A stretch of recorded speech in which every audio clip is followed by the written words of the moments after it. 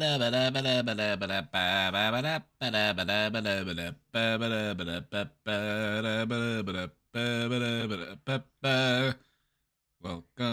to the brain domain. It's time for us to talk about brains. Thank you. I wrote that all on my own. Wrote that one all on my own. Thank you, thank you, thank you.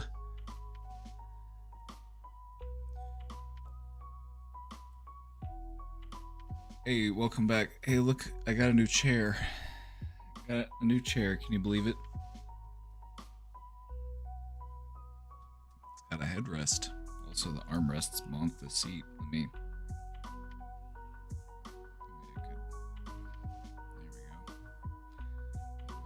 Clears the bottom. There we go. Perfect. Perfect.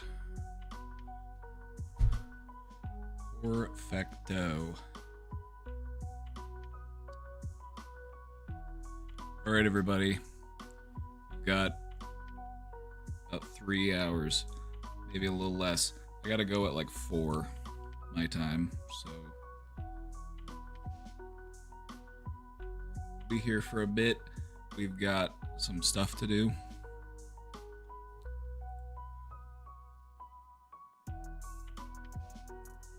Got a real banger for you here.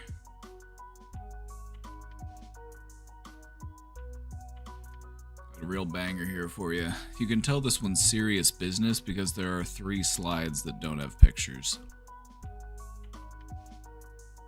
That's how you know we weren't fucking around with this one.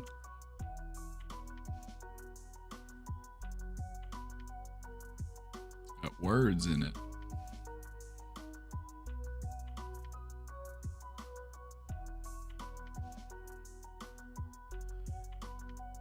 Really excited about this one. I think you'll get a kick out of it.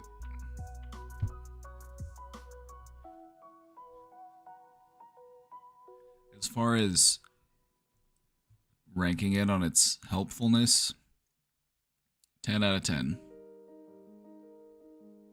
10 out of 10.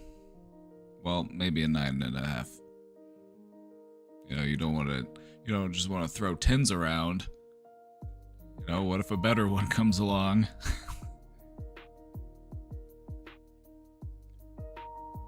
But no, this one's a good one. Everybody should find this helpful and applicable, so you won't want to miss it.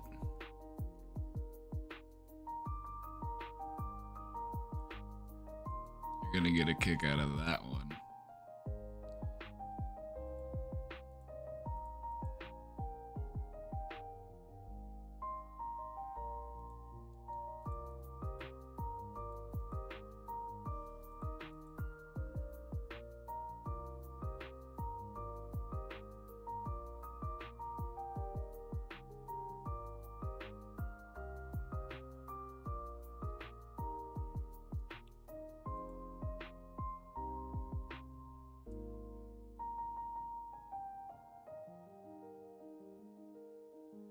Alright, everybody, we've got the question box open. So if you have any questions, feel free to plop them on in there. We are a little pressed for time today, so I'll probably get to the presentation sooner rather than later. I'm not going to be doing much lollygagging. I have been historically known to lollygag. I'll admit it. I'm a lollygagger.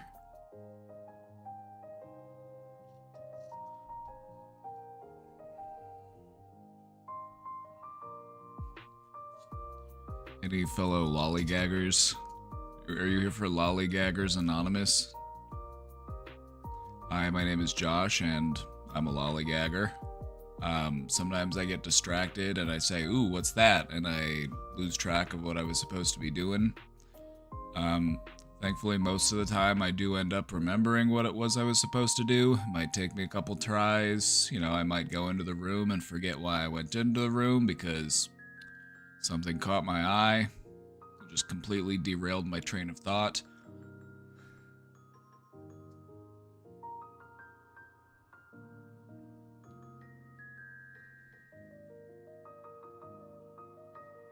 Born to lollygag, forced to work. Born to dilly-dally, forced to fight fascism.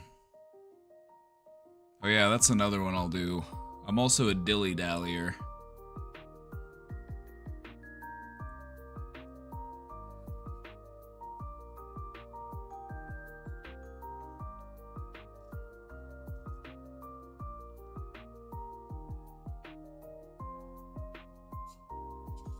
I've been thinking about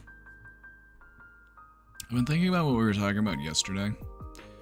We were talking about how TikTok is brain rot and how it, not to make anybody feel bad if they use TikTok as a way to like distract themselves from reality. Like, that's fine. We've all got our outlets. But my concern with it is the misinformation that gets perpetuated, especially in the mental health space. The thing about TikTok is that deregulated misinformation is just rampant on that app. There's just such a sheer volume of content that it's hard to have any form of regulation or oversight for that. Like, who's doing the fact checking? Not me. It's too much work. And so what you end up finding on TikTok is you find these people who will just pathologize everything. And what I mean when I say pathologize everything, they turn everything into a symptom. Like, hey, do you ever have a hard time getting out of bed? Especially when you have to get up and go to work? Do you ever have a hard time settling down after a busy day? Do you ever get distracted? Just forget something? Do you ever misplace shit? Yeah, it's like just some of the most regular, everyday, normal human things, and they're just made to be symptoms for some sort of disorder. It's like, yeah, the disorder is called being human. I don't use TikTok? Good. I don't either, but I should probably post more to it. Maybe I can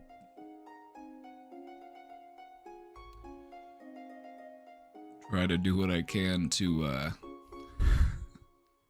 clear up some misinformation.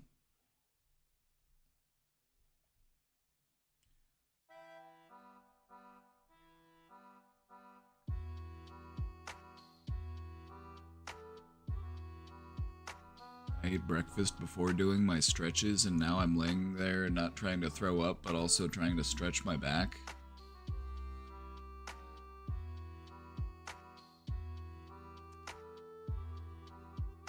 Yeah, a full belly does not like to be stretched. That is true.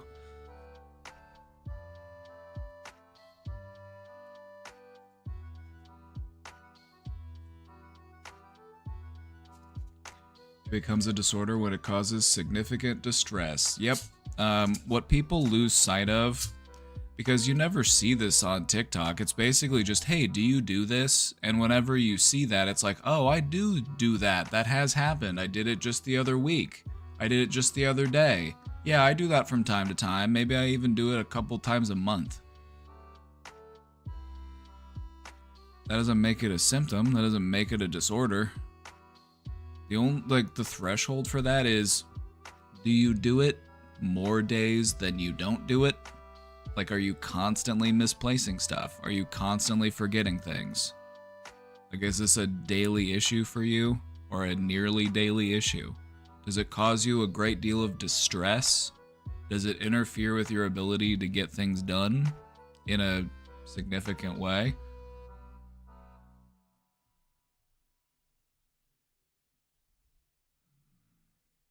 The problem with TikTok and self-diagnosis is that you'll hear about a symptom and then you'll think about any time in your life where you've done that.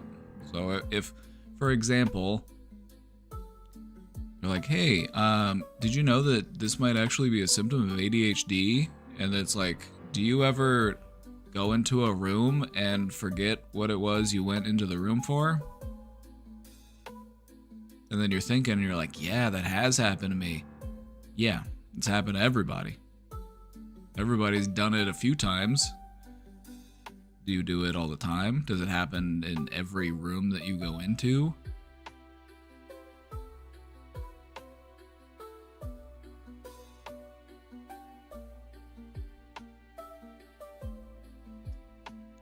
And so what ends up happening, and the reason why we're talking about this is somebody was bringing it up in the question box and it just had me thinking about it. The problem with this is that it starts to make people think that they do have a disorder, and then they incorporate that disorder as a part of their identity. And then they create this self-fulfilling prophecy where they will actually start to act in ways that are actually more in line with the disorder. Because you saw that, oh yeah, if you ever forget stuff, that means you have ADHD. Then you start watching other content about ADHD and you start seeing more things. They're like, oh yeah, maybe I do that too. And like, oh yeah. Or then maybe you'll just start doing stuff that was also presented to you as symptoms because you now identify as an ADHD person and you must do as an ADHD person does. There are people who will literally develop symptoms because they feel like they're supposed to have the symptom and not for any other reason. The brain is smart but also dumb.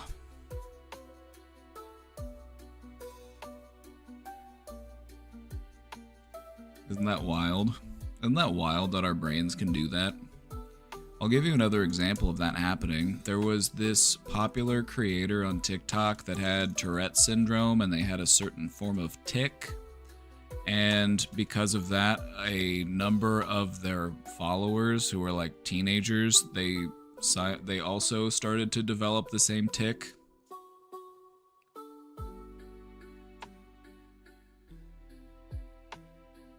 The tics went away on their own when they were told that they only had them because they were watching the YouTuber or the TikToker or whatever.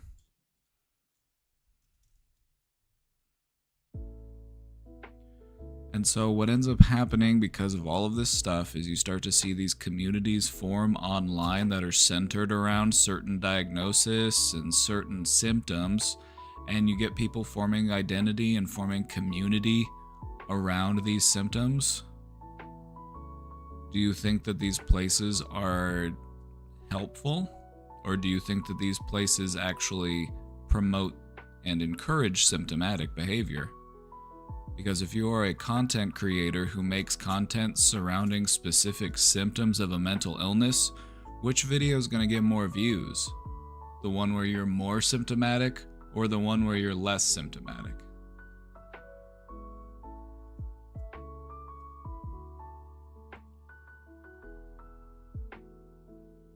Social media is making us mentally ill in many different ways, and this is just one of them. This is just one example.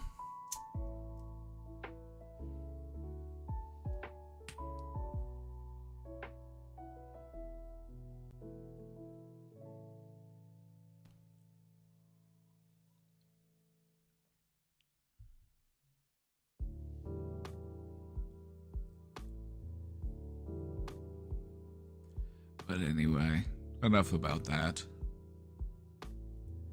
Enough about that.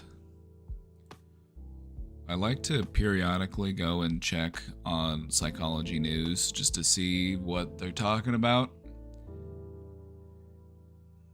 Most of the time when I read these titles, it's just like, yeah, okay, duh. Study of 292,000 children predicts or shows that screen use predicts and follows emotional struggles. Like, yeah, no shit. Yeah, no shit. I think just giving a baby an iPad isn't gonna mess him up in some way? Absolutely. Psychologists simulate ghosting. They went and did an experiment where they ghosted people and then saw how it fucked them up.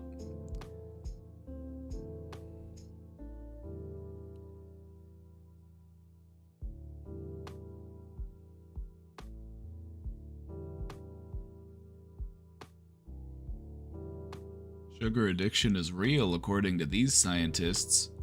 What the fuck?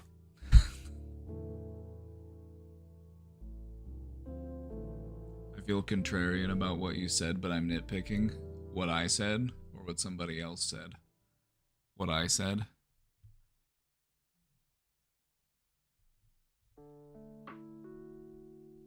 There's definitely room for nuance. And I don't think that all mental health spaces on the internet are bad, but I think that they're vastly deregulated, and in some instances they do more harm than good.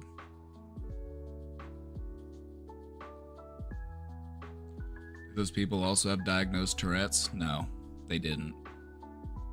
They did not.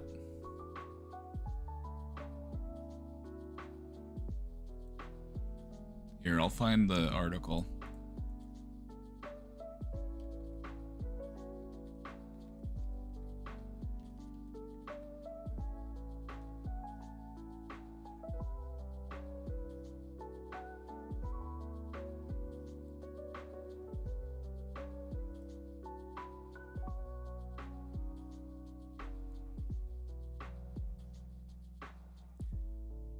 This is a few years old. This was really big during like COVID because people were, stuck inside, and they were put in a place where they were much more parasocial. They didn't have the option.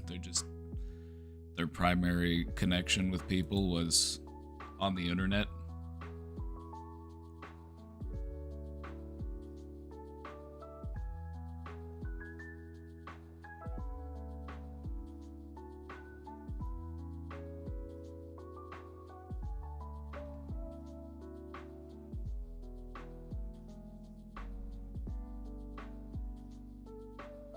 Find the example. We're talking about the history of it, keeping up with technologies.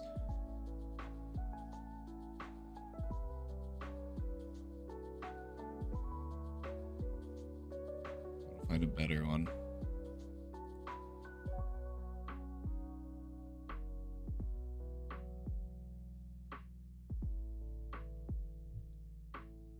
It mostly happens in teenagers. Teenagers are very big on like modeling behaviors, especially of people that they look up to. And so you can reasonably understand why teenagers would be especially vulnerable to mirroring someone's tics, especially if it was someone that they, held in high regard. I never knew you could catch Tourette's. You can develop tics because anybody can have a tic. Anybody can have tics. Tourette's is just in most cases, just a more severe or advanced form of having tics. Everybody's got tics. You've probably done some of your tics today.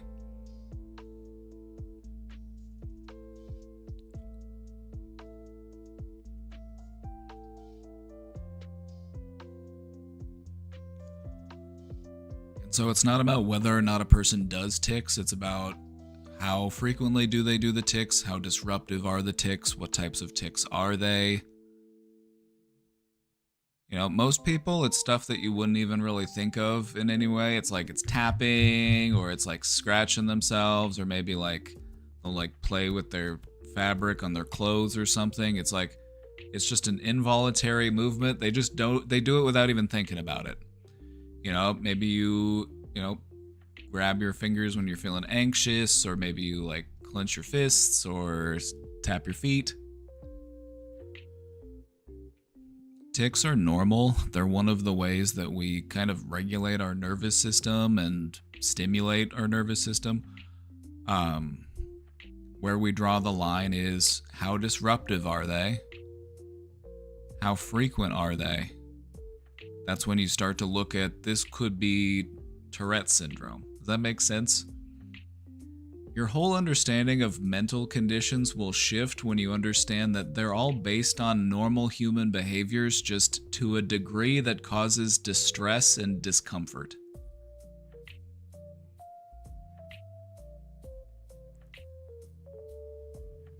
Take anxiety, for example. Everybody worries sometimes, it's normal, but If you're doing it so frequently and so intensely that it's causing you a lot of discomfort, that's when it becomes a disorder. Something that everybody does, just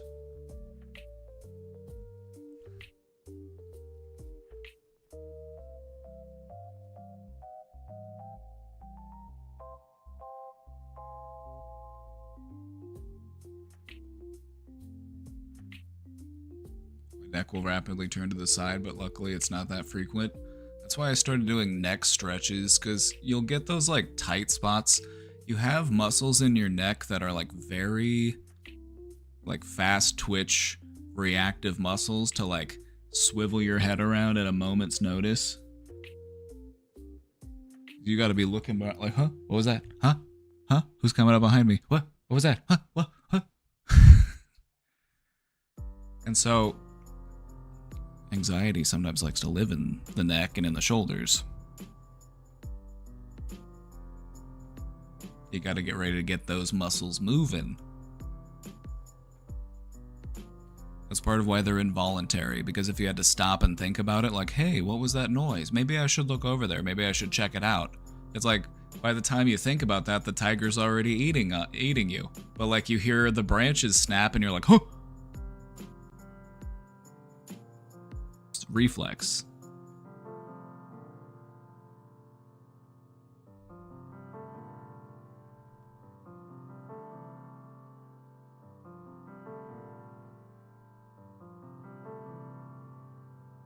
Does anyone ever get a shiver type thing? Oh yeah, the shivers, like, that's normal too. It's one of the ways that your nervous system is just like regulating itself. Like sometimes I'll just get like a you know what I mean?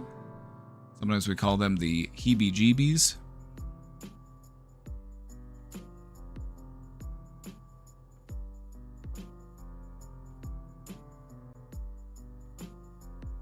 Trying to regulate itself. So anyway, there was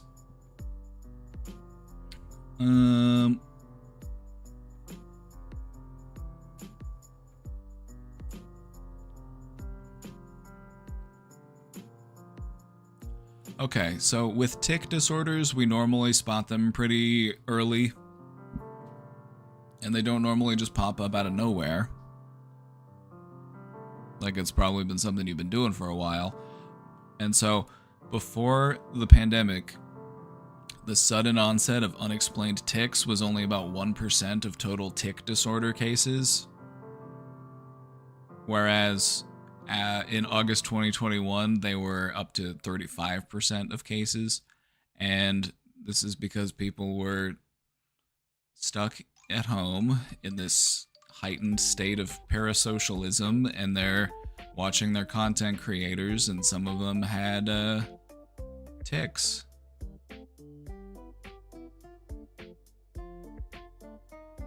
And what happened is quite a few people started developing those tics just by watching the other person do it. This is easy to understand when you realize that it's just you're mirroring someone else's movement. Ooh, thank you. Ho, ho, ho, ho. Casey brought me some food. Lucky man.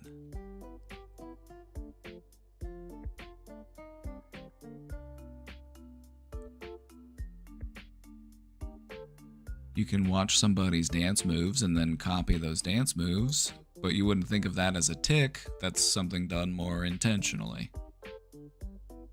It's more like picking up on someone's mannerisms. You know, like maybe somebody moves their hands around a lot when they're speaking, or somebody has a certain way of speaking, and then you start doing it without even realizing you're doing it. It's more like that.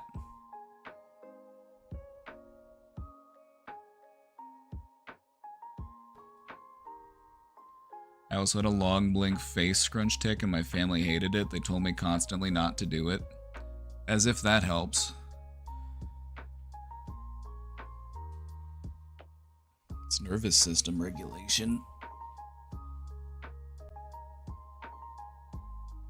Big thing, especially if you're one of the 25% of people who's an HSP. You might have a more finely tuned nervous system than some, and so you might have to engage in more behaviors that help you to regulate your nervous system, because it's like scratching an itch. Ooh, cheeseburger. Ho, ho, ho, ho. Alright, I'm gonna be munching while we're doing a presentation. Got Culver's, baby. Culver's, baby. Culver's, my boy.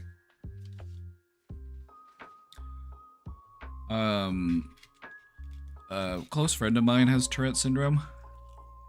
He has a tick where he'll it's like an eyebrow tick. And he was told that part of what they do to, correct a tick is to teach you to do a different tick instead. They basically just have you practice a different tick so that you're just replacing the tick with a different tick. What I personally have found more helpful is to, if it's something that you're doing reflexively, try to do it consciously. Try to do it actively. Do it slowly, mindfully, put all of your awareness into it, and then that'll help to connect the part of your brain where this is me doing it manually versus this is just a reflexive action. And so I found that it's helpful in feeling more in control of that movement that was historically involuntary.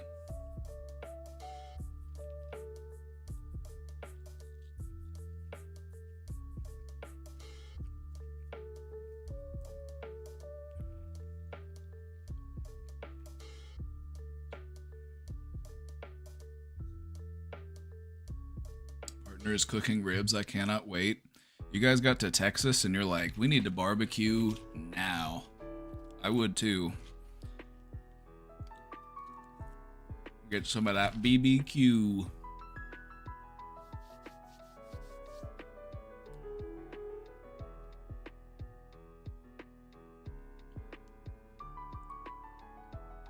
Could EMDR help with reprogramming tics? That's a good hypothesis.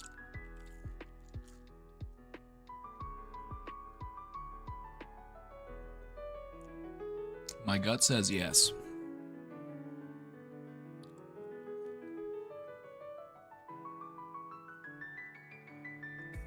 I think they meant EMDR.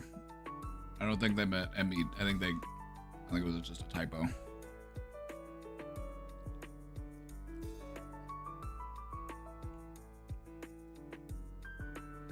EMDR? Oh, what's EMDR?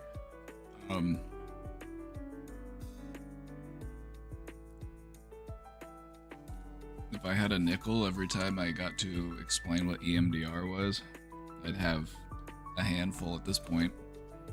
EMDR is eye movement desensitization and reprocessing. They use this blinking light bar. Of course, they don't show me a picture of it. Or sometimes they just use their finger. They're like, follow my finger.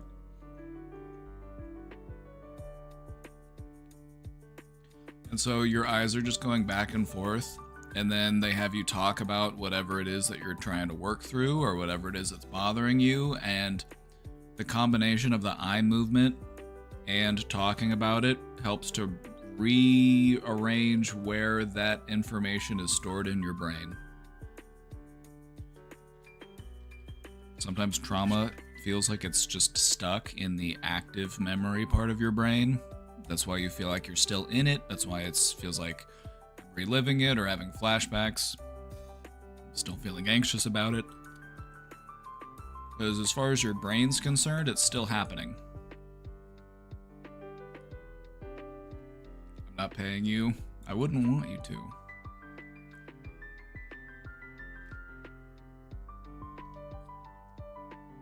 I don't want your Swedish coins. They probably smell like fermented fish.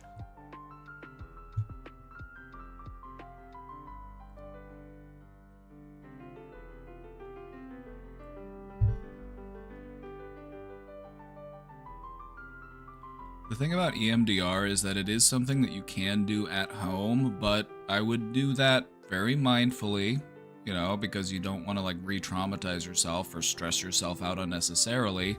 So if you do feel like this is something you want to try on your own, just be sure to be cautious. You know, don't push yourself. Take it at a rate that feels comfortable for you. Is crying a form of regulation? It is. So is stretching, so is screaming, so is dancing, so is drawing, so is, you know, just about anything that you can think of that gives you a feeling of satisfaction or relief.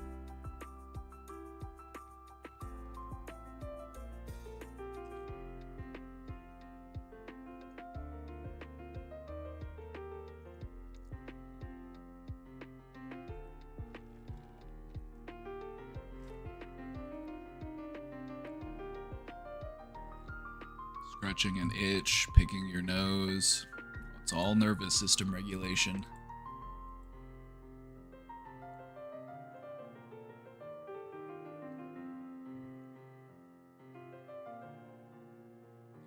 Sometimes when I'm alone in the car, I'll let off a scream. Feels great. I think we need a holiday where it's just encouraged to scream. People love to scream. You know, you might not like to yell, but you do like to scream, because screaming can be thrilling. Screaming can be exciting, especially when you're doing it for fun, like at a concert or a sporting event. There aren't very many social conditions in which it is permissible to be loud and to scream, but when we're at the ones that do permit it, like sporting events and concerts, we sure do it. When you're on a roller coaster.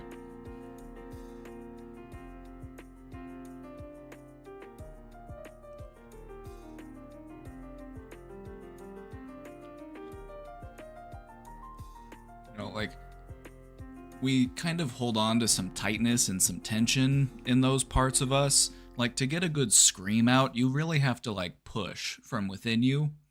And you kind of have to push through some of that tension that you might feel, that tension that makes you want to clam up, that makes you talk low, that makes you whisper.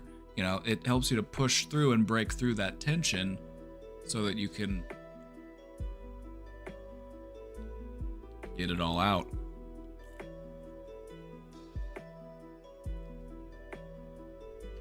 That's why primal therapy is so fun. Screaming, throwing rocks around, banging sticks. It's fun.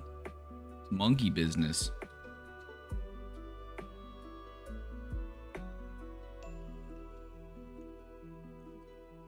Pretty good looking burger.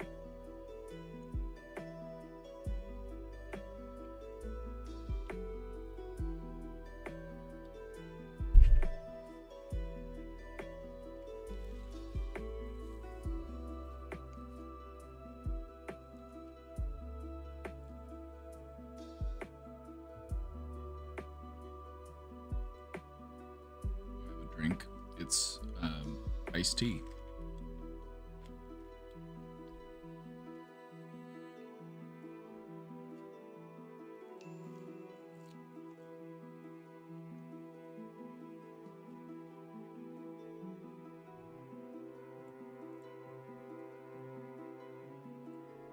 It's been 10 years this month since I finished my degrees. You know, I'm getting there myself. I think it's... God, when did I graduate? Like 9 years ago? I'm almost there.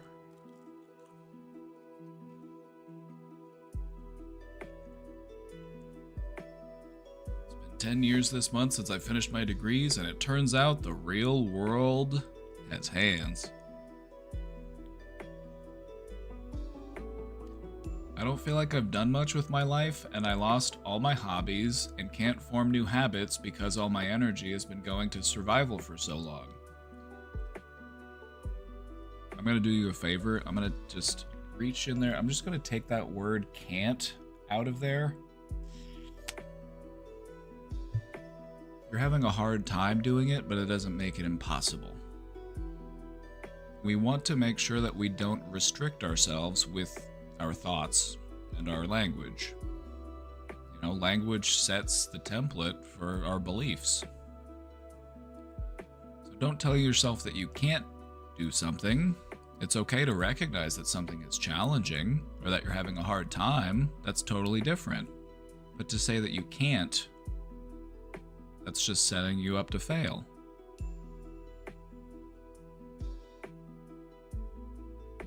So give me your can'ts.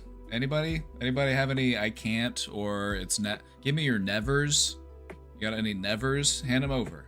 You got any can'ts? Any nevers? How about any shoulds? You got any shoulds? Give me all your should. Hand over the should.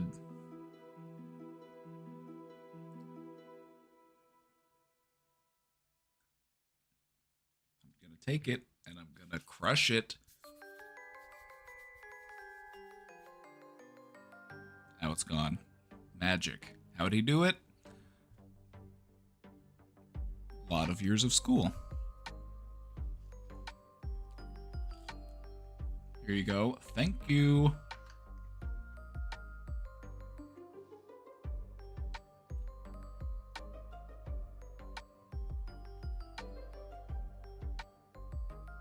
Brings up something that I want to talk about, but I'm going to finish the question first. The thing I wanted to talk about was about belief and words. So, in case I forget, you can give me those prompts, and then I'll remember.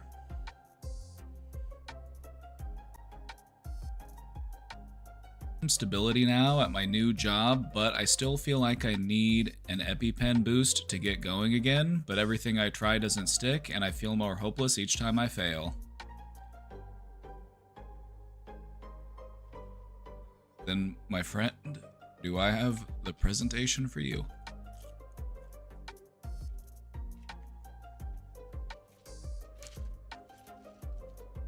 You're here on a good day. You're here on a good day. I think this is just the presentation you need. I think this is the exact one you need.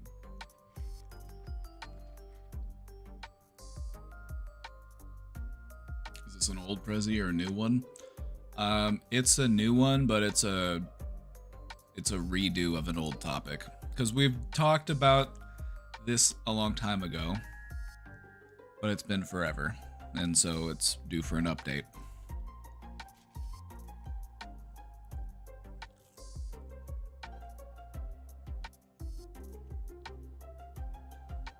Questioner, I do want to get into some more specifics regarding some stuff that you've been talking about. I just want to let you know it's totally relatable. There are probably quite a few people here who have been through or have experienced something similar to what you're going through. I do want you to know that it does get better. And sometimes all we need is to make some little shifts, which will then have a cascading effect. Things will feel less hopeless, more manageable, more possible. We'll have all the energy we could ever need.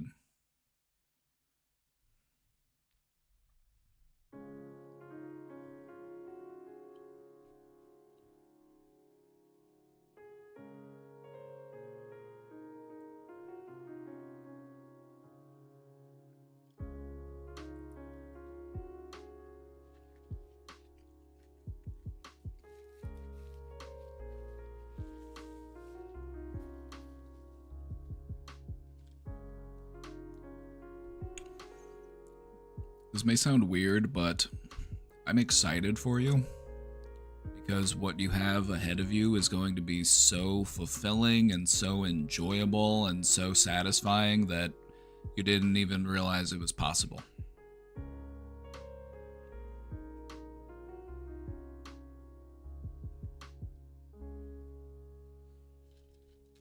Once things start to feel good, they're gonna feel really good.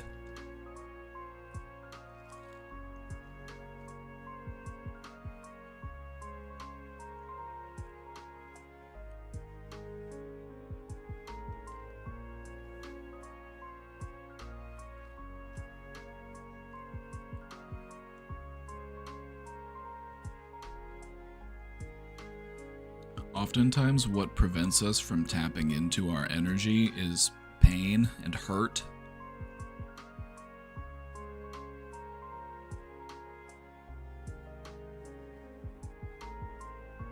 You know, so you've got wounds, just like we all do. If you want your energy back, we got to take some time to tend to those wounds so that the next time that we get back up, we're ready to rock and roll.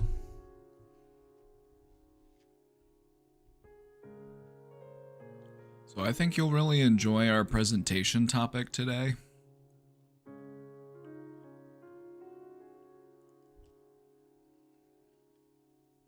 And we'll get to that here in just a few minutes.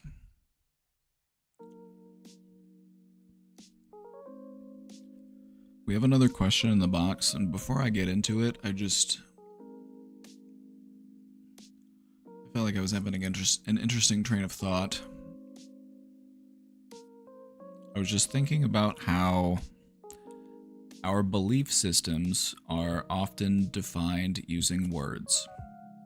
Just think about the things that you believe. You can probably put most of them into words.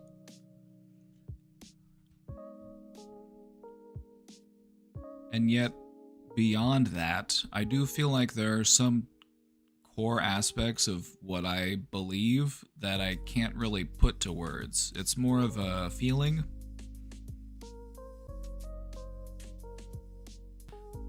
Inexpressible space.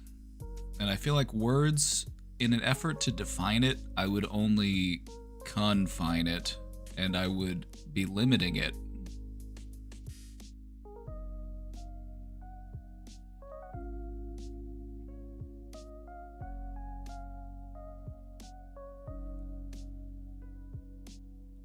So when it comes to reflecting on your beliefs about the world, your beliefs about other people, your beliefs about yourself, try to go beyond words. Try to feel it on a deeper level.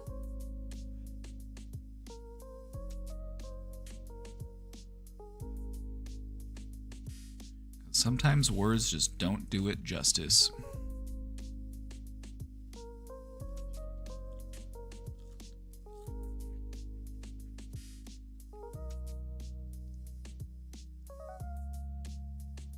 Maybe there's a French word for it. Nah. To my understanding, French has a relatively small vocabulary as far as languages go. Now the Germans probably have a word for it.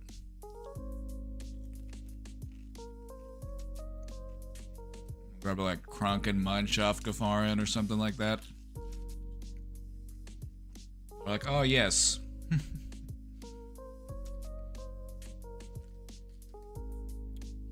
German is fake, I know.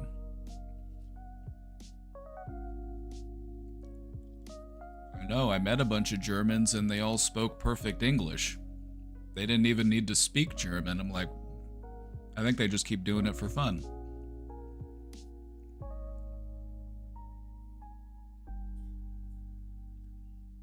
German is so cool. I do love it. It's a lot of fun.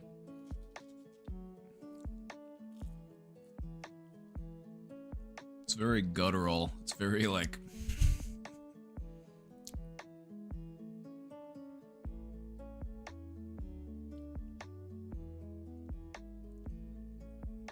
I am single. Don't really have any friends. I have a birthday in October and I'm trying to figure out what I want to do. It looks like most of my family will be out of town and I will be taking care of the animals and house sitting for my brother-in-laws. I will have so much alone time and freedom, but I'm trying to plan some special things for me to do, including scheduling 5 days off in a row from work. Hell yeah, my friend. It's like birthday parties can be fun, but sometimes birthday parties can be a lot of work and they can be a little bit stressful, and then it's like, you're like, oh, is everybody having fun? Is everybody having a good time? Like, sometimes all I want to do on my birthday is just not have to answer to anybody else. I just want to do whatever it is I want to do for the entire uninterrupted day.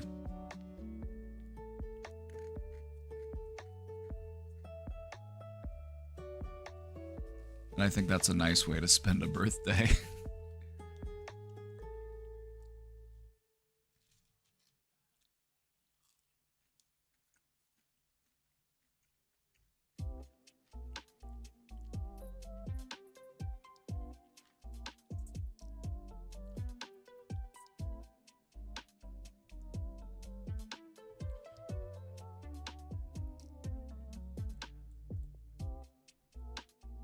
I'm not really that bummed out about being alone for my birthday, despite it sounding kinda depressing, but I do get lonely.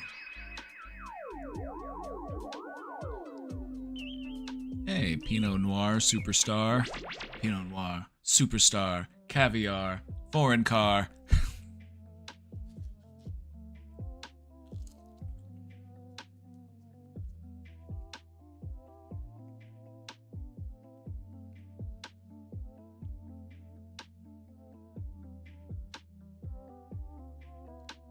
Sorry, I got derailed. I started thinking of Titus Andromedus, and I was very distracted.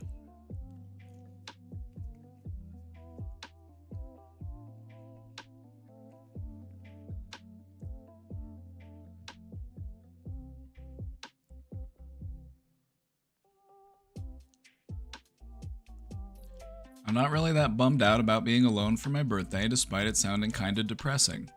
It's like, you know, as long as you have fun and it's enjoyable for you, like, that's fine. Like, could there be more people involved? Could it be more fun? Could it be, you know, an absolute thrill? Sure. That doesn't mean that it can't be enjoyable. That doesn't mean that it can't still be, you know, a positive influence or positive experience.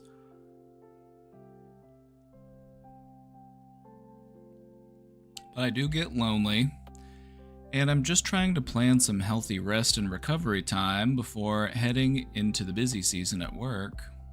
I work in retail. Oh, yep, busy season's coming up. And also enjoy solitude instead of being sad and lonely. Do you have any suggestions for fun things to do alone? My only suggestion is do whatever the hell it is you want to do. What would be fun for you?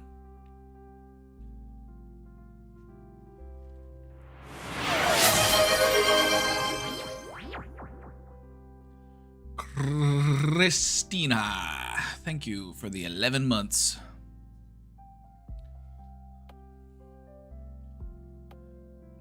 Questioner, do whatever you want to do for your birthday. It's your birthday.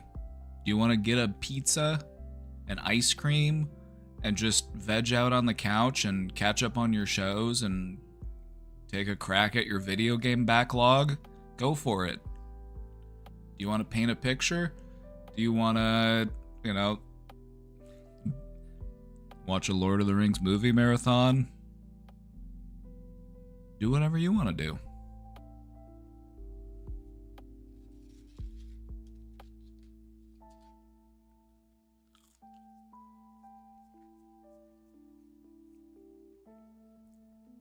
I never celebrate my birthday. What's stopping you? Celebrating your birthday is important because it reminds you that you're worthy of being celebrated, even if it's just you hanging out on your couch eating pizza and watching movies. You're doing it because you want to do it, and for no other reason.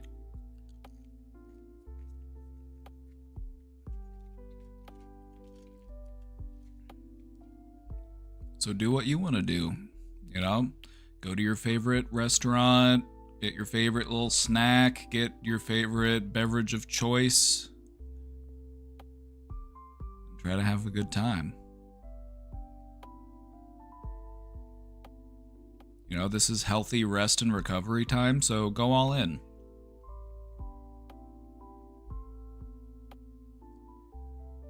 Go all in.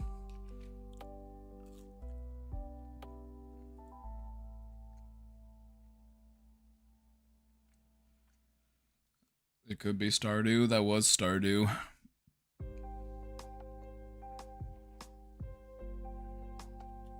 got it.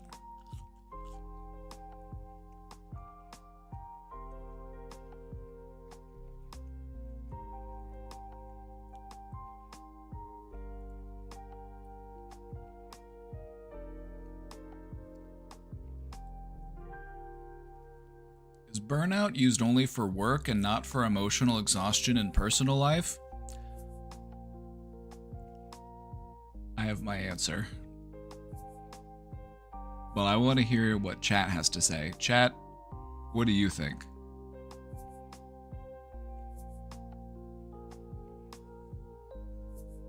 Let me know what you think, and then we'll share answers.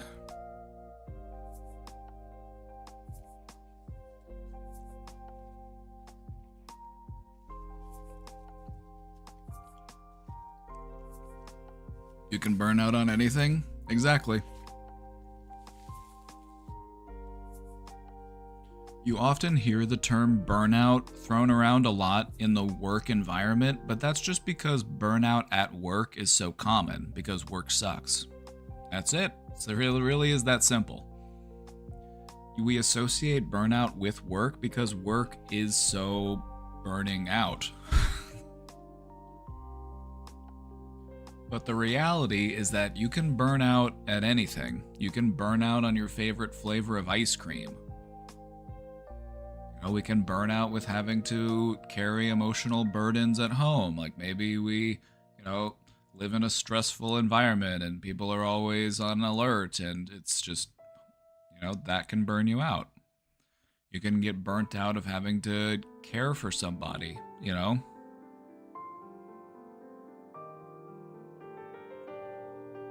So yeah, you can get burnt out on anything.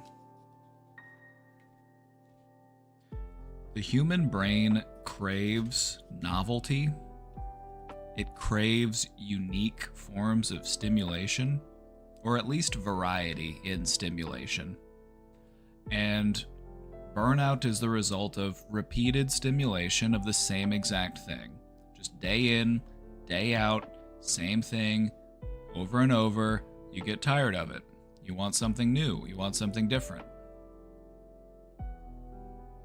This can happen at work. This can happen in our social life. This can happen in our preferences of food and beverage, in our hobbies and activities.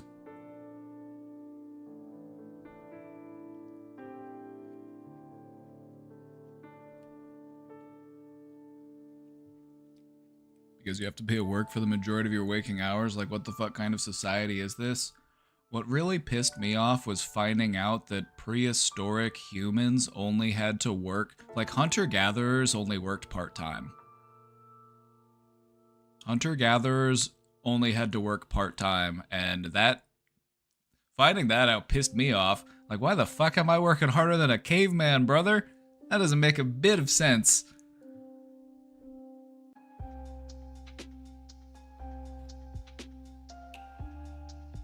They've also studied, primitive tribes, and what they've found is that even in people who still live in, a hunter-gatherer lifestyle, you know what they do in a majority of their free time? They just sit around and do nothing. And they're just totally fine with that. They're just like, yeah, just hanging out, just watching what's going on, just out here doing that thing, Do it, lady.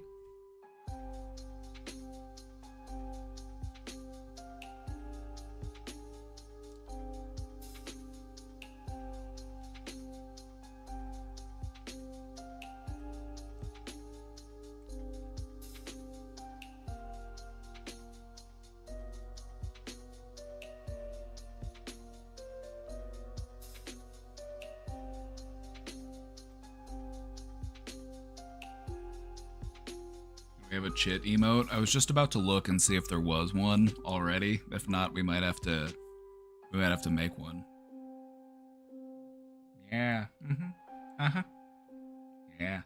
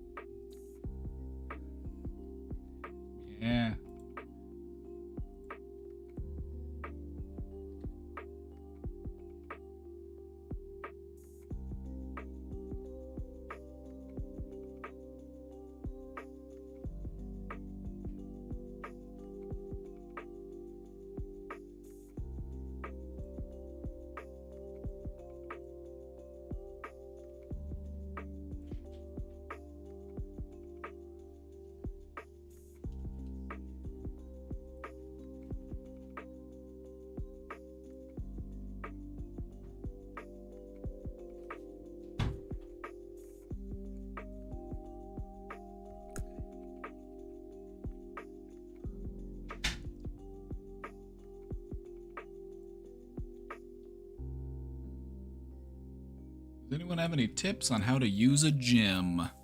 How long should I be working out and how much is overdoing it? You should feel it, but it shouldn't hurt that badly that that you can't get up and move the next day. Like if you're so sore that you have a hard time lifting your arms or moving your legs, you overdid it. You want to feel it. You want there to be like a little bit of residual soreness because that means that you did work. That means that you made progress. Soreness is an indication of progress as far as building muscle is concerned. But what you don't want is exhaustion and pain because that can actually backfire and just make things worse. The gain domain, it's true. It's true. I'm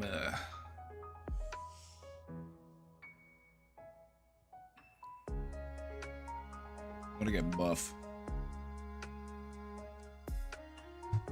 But like dad buff, not like shredded.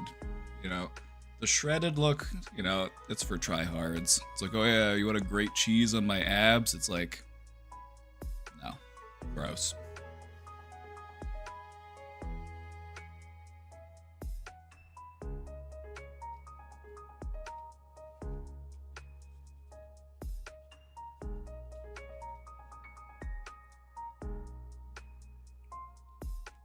Anyway.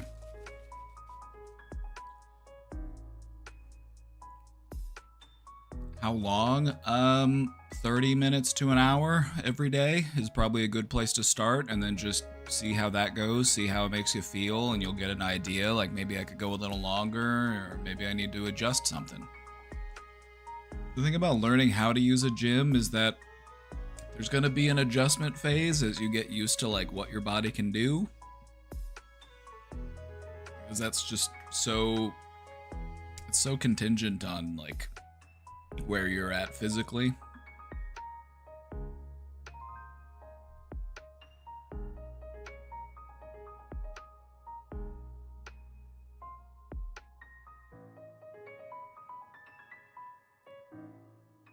I have a problem with feeling very guilty taking days off. Well, you are supposed to take days off. That's part of, you know, because you need a day of rest and recovery.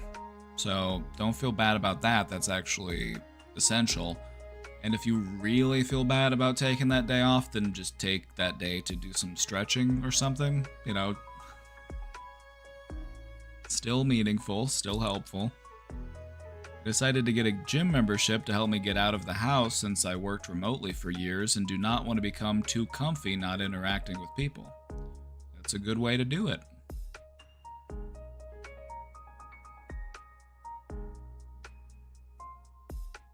You know, just try out some of the different machines, you know, watch other people, see what they do.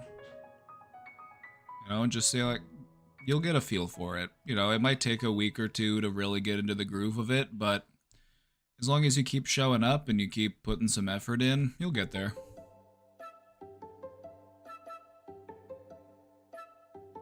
Also, another bit of advice is if you're gonna lift weights, warm up. Don't just immediately jump into the heaviest weight that you think you can lift. Start with a lower amount of weight and do some warm-ups so that your muscles can get ready and they can pump blood into them and get that nice pump going. Then lift the heavier stuff.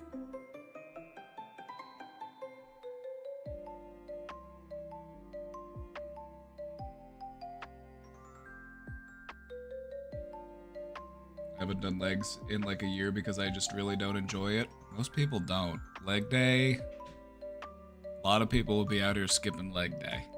You'll see people like walking around and then there's just like toothpicks. They're just like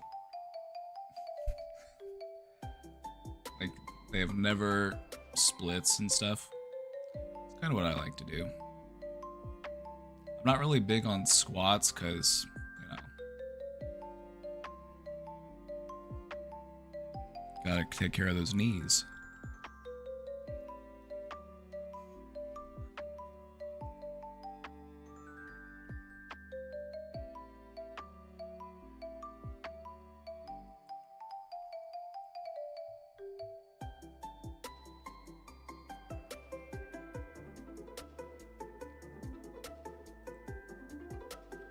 You think in the future there will be permanent cures for mental illnesses?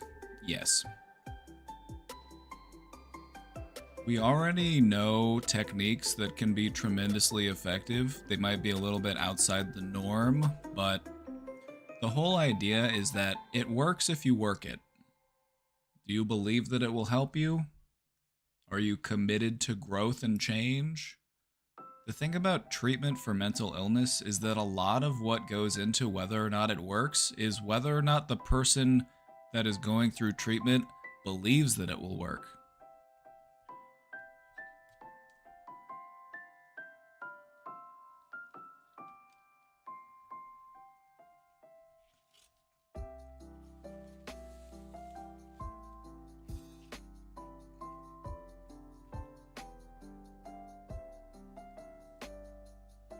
So yeah, I think so. You'd be surprised what we can treat already, let alone in the future. There are some things that we do have a harder time treating, but it's my perspective that it's just a matter of finding out how to treat it rather than it being impossible to treat. I don't like to view things as impossible because that really shuts you off from what it is you can try to do or what it is you can, develop new methods for. So, yeah, I do. I'm an optimist.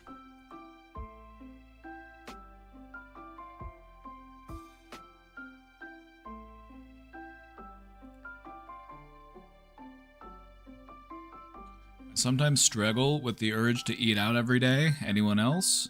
Currently trying to rewire my brain to only crave homemade food, but damn, the tacos down the street are so damn good I could eat it almost every day.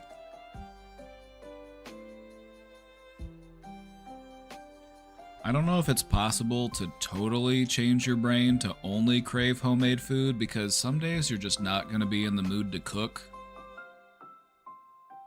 Or nothing in the fridge will look good. And so it's like, you know what? Alright, I'll eat out today. And it kind of just becomes like a once in a while, like, situational thing. But what you'll notice is that when you make that shift and you do eat more at home, you'll start to notice just how unsatisfying some food can be when you buy it outside. Like fast food will just start to taste gross, and you'll notice how like heavy and greasy a lot of stuff is. You gotta remember that a lot of these places are cooking like they're trying to kill you, okay? Like, when you're at home, you have some control over how much like oil and butter and all, like, you have some control over that, but at the restaurant, they're trying to make it so that you have maximum enjoyment.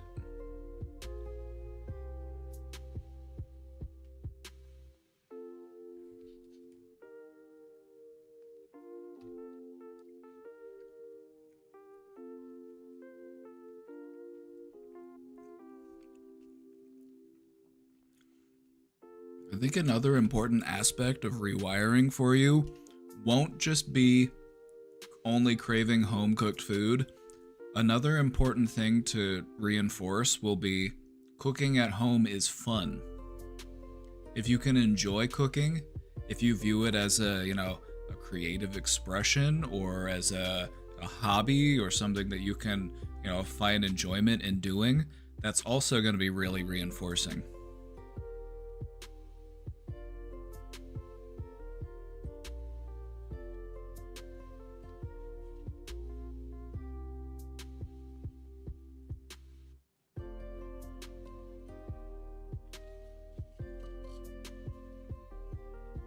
Self-care and you time? Oh yeah. Cooking when you have time to cook can be very relaxing.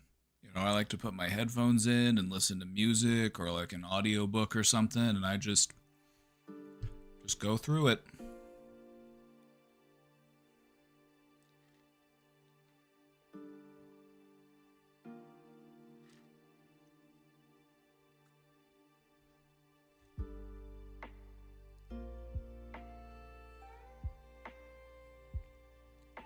So yeah, it's not just about craving the food, it's also about craving the activity, you know?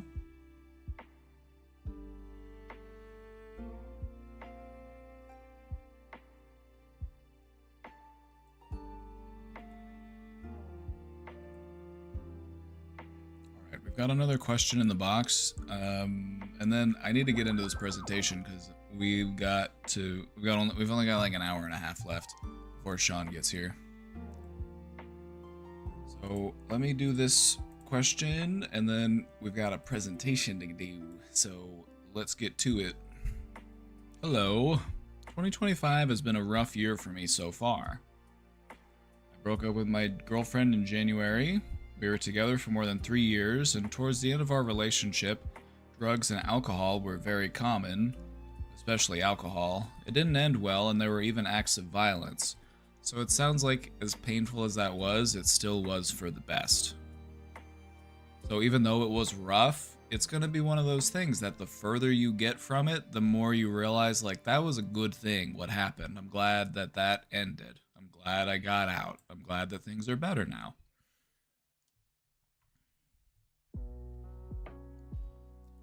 Two weeks later, I started a new job, which has nothing to do with what I used to do, so I had to keep my ish together and stay focused to succeed, which I did. Another W. You know, 2025 has been a rough year for you, but I'm already counting a couple W's here, so let's keep tally. I'm up to 2. I even got a bonus this month, and I've been working there since February. That's 3. Alright, we're up to 3 W's.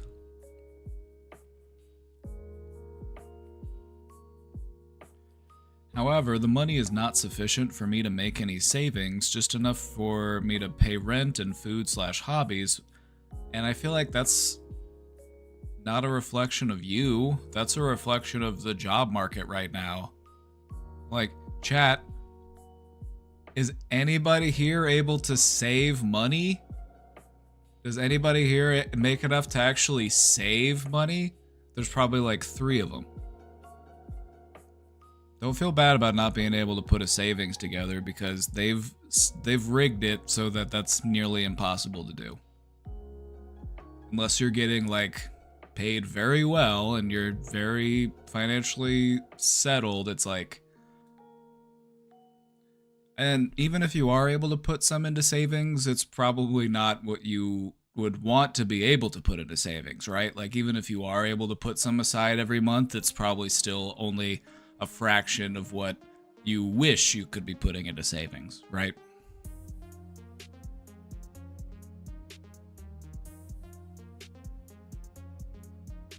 So don't feel bad about that. It is frustrating, but that's the system. You know, and that's why we want better worker rights.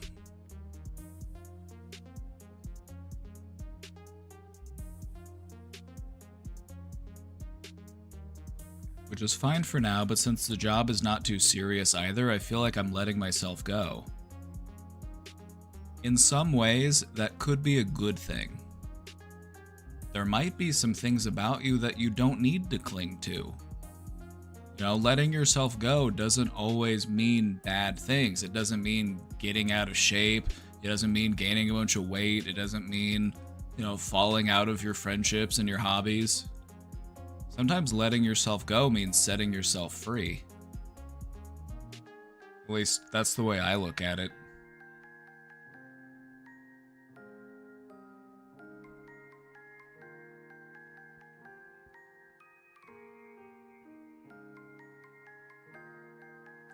Since the breakup, I've been trying to turn my life around.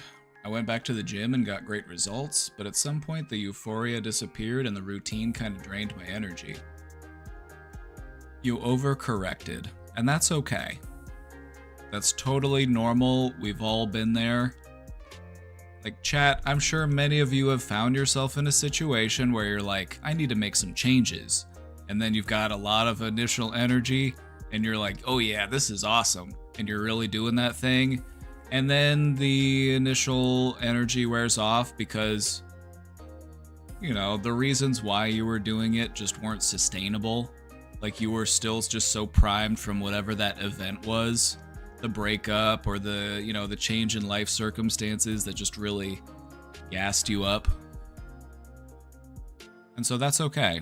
We will sometimes overcorrect when we find ourselves leaving a shitty situation and going into a more, positive situation. We might overcorrect.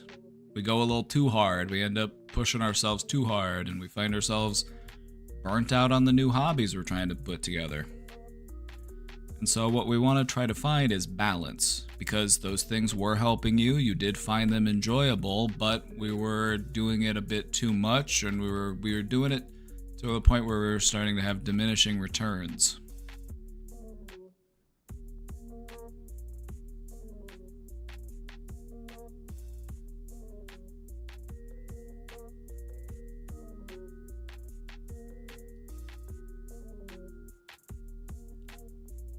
I just turned 28. My circle of friends is very small. Most of my friends are abroad, as I'm an immigrant myself. Came to this country when I was 11. It's been rough dealing with the routine and the empty house, so from time to time I'd still drink here and there while maintaining my sport routine. Then I'd drink a little bit more, and then eventually I'd do drugs. As a matter of fact, I overdid it last Friday and went to the doctor's 2 days ago and took my week off, and now I feel guilty. I put pressure on myself and have a hard time forgiving myself. That's an important realization to make. We put pressure on ourselves and we don't forgive ourselves because we feel like it's going to help us. But it doesn't. It hurts us. We do it because we feel like this is going to help me to be a stronger person or a better person or whatever, but in reality, it hurts us. So, forgive yourself. You're doing things that humans do. Forgive yourself for being a human.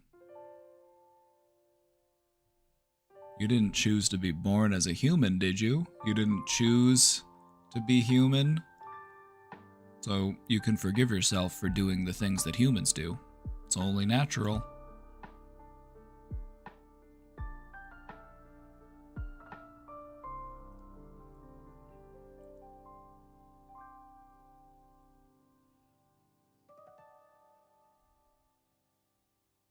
I try to focus on small goals so every small victory builds up my confidence, but I can't get myself out of this auto-destructive cycle which happens every few weeks/months. I feel like I'm not totally healed. You are in the process of healing. You only got out of this destructive relationship a few months ago. I would be very surprised if anybody would be able to bounce back and be doing so well in just a span of a few months. It doesn't really happen that way.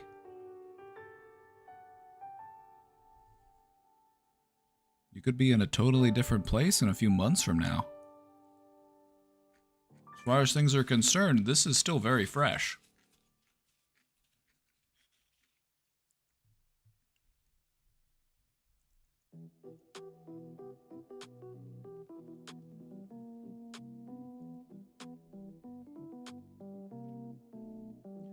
I feel like I need free time to do stuff I wasn't able to do during those 3 years. Yeah, it's important stuff to have. Agency, autonomy, independence. Working in the office has been rough. I'm more of an active personality type and there's just no work at all sometimes. I speak 5 languages, I'm fluent in 3, have a master's degree, yet I end up doing some random job since the pandemic. I feel like I'm wasting my time. I feel like I need to know what I want to do by 30, but it's always been a struggle. Don't set those time limits on yourself. You're going to be finding yourself asking yourself, what do I want to do with my life every day of your life? It doesn't really go away. It's more about who do I want to be today? What do I want to do today? What seeds do I want to plant? What gestures do I want to make? What energy do I want to radiate? Take it day by day. You said you've been setting small goals, focusing on small victories. Reel it in a little bit more. You know, don't worry about the deadline of being 30.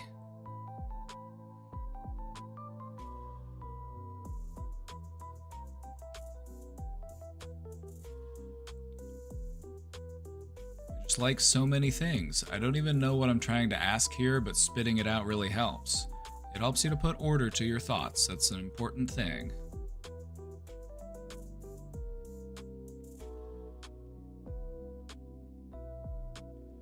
I never ever gave up in life, but I just can't understand how a theoretically smart and organized man like me can make back-to-back idiot decisions like drinking in the middle of the week right after doing my PR in the gym.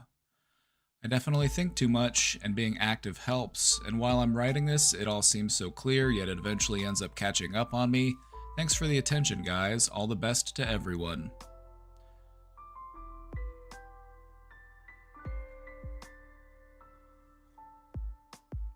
The thing about being smart is that you're still human. I don't care how smart anybody is. I don't care if you're the smartest person that's ever existed. You're still a human, and you're operating on human hardware. And so there's going to be stuff that might happen. You're smart enough to recognize the times in which you are an idiot. That's good. That's a good thing.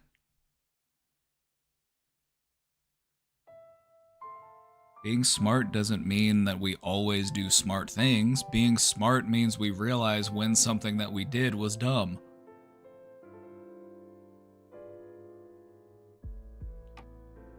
If you actually were dumb, then you would have justified it to yourself, or you would have convinced yourself it was a good idea. You know, but you realized it was a bad idea.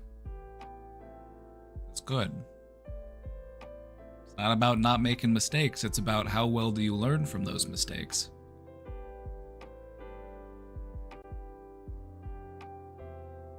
As far as why you chose to do it, I could only speculate. I could only hypothesize. We had a personal best in the gym. We needed to celebrate. We needed to cut loose. Maybe I will have a drink. It's the middle of the week, who cares? I set a PR, it's a celebration.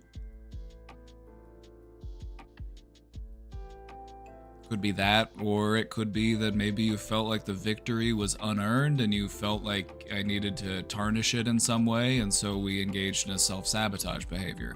That could be another explanation. But again, I'm just spitballing here.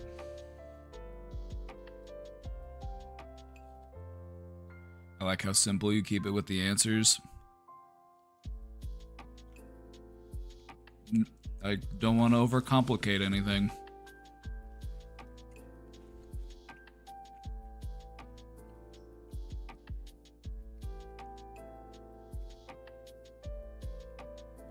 Sometimes you gotta look down, realize you got your idiot pants on, and decide not to make any important decisions, right? Now see, there's a time and a place where you want to be wearing your idiot pants, because sometimes you need to be wearing your idiot pants because that's a fun pair of pants to wear. You know, you're flopping around in the pool, acting all goofy, just having a good time.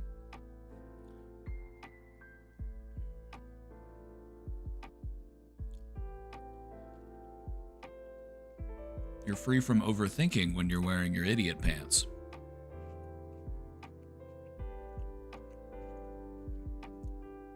I'm wearing my idiot own skin pants. Is that you telling me you're not wearing pants right now?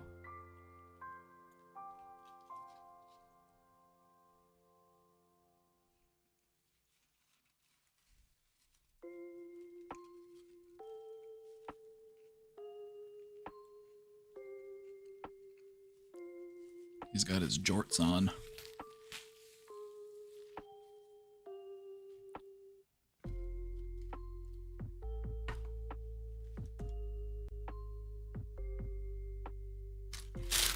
All right, everybody.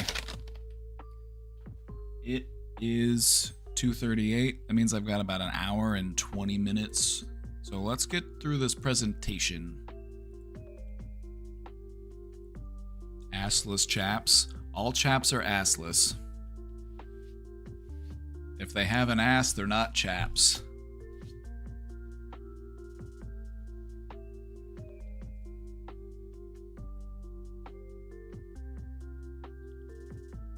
What if it's not just sometimes and the guilt crawls up on you because you acknowledged you had them idiot pants on once and 2 days later you repeat some similar nonsense? Sometimes a lesson needs to be repeated a couple times before it really sinks in. You know, I can't tell you how many times I've bonked my head on something because the ceiling was too low, or because it's a lesson that you have to learn a couple times sometimes. You would think that you would have learned it sooner, but sometimes, you know, you're in the process of rewiring your brain. You're in the process of learning new behaviors, and sometimes you slide into old behaviors.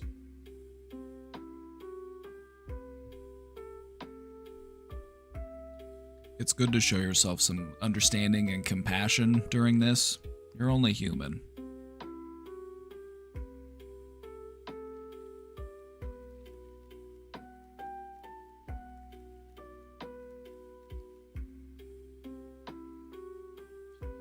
Who's the masked gay cowboy singer? Is Orville Peck gay? I know him as the masked cowboy singer, but I didn't know as the masked gay cowboy singer.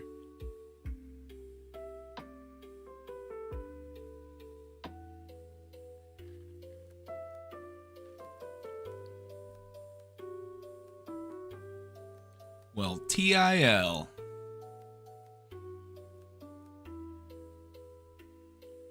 Alrighty, everybody, we've got an absolute banger of a presentation on deck for you. If there's anybody who is just waiting to subscribe, now's a good time. You're thinking about subscribing, you're thinking about supporting the stream.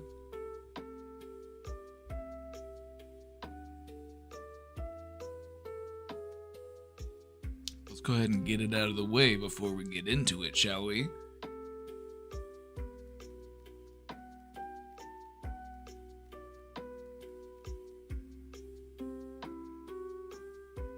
I just got that vibe and I assumed. Crime, I know.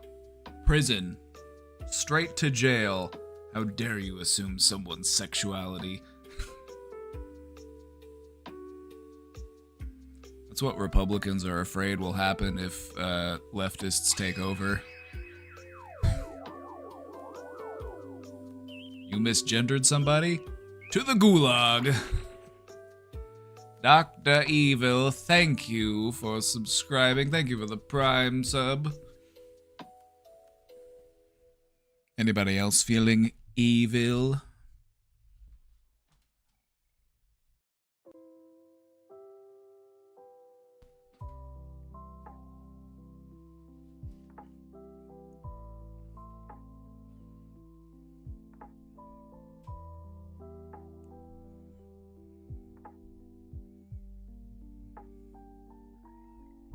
Alrighty.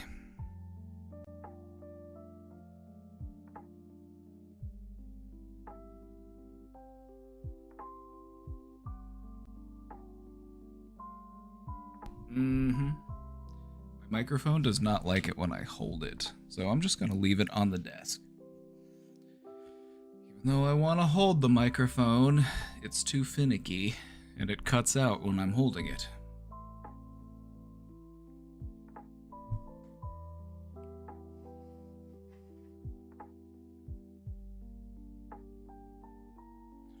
Alrighty, everybody. This is how to change your mind. Literally. An important thing to understand is that your brain is constantly changing. You're not locked in to your current ways of thinking, your current set of emotional responses, your current set of behaviors. All of that is up for debate. You can change your mind. Here's how you do it. Before we begin, is anybody interested in changing their mind? Does that mean I can go down from here? It's normal in life to have a little bit of an ebb and flow, a little bit of up and a little bit of down, but I think when you're in a good spot, you don't really mind the down so much because it's more of like a resting, reflective, like introspective time. It's not necessarily a bad thing to be a little bit down. Like maybe you spend more time at home, maybe you watch more movies or read more books or play more games. It's like you have that natural kind of flow. It's also what helps to give life nuance, If you were just at a high all the time, it would just become normal for you, and then you'd possibly get burnt out on it. Or you would have to do more and more, different, like you'd have to continue to escalate in order to keep that fire hot.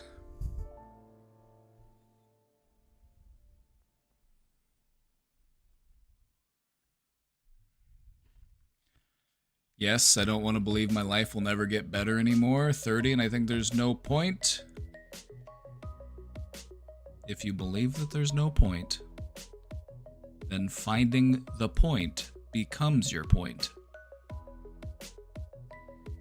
Because we don't think that the point just does not exist. Even if the point does not exist, then we get to define what the point is. So it's less about there being a point, some sort of universal truth as far as what your life is supposed to mean. It's about what makes your life meaningful to you. What type of person do you want to be?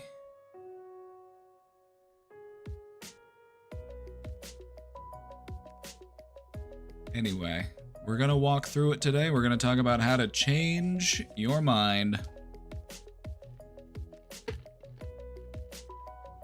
This is a very valuable presentation. It's worth $5,000. But today, limited offer, you can have it for free.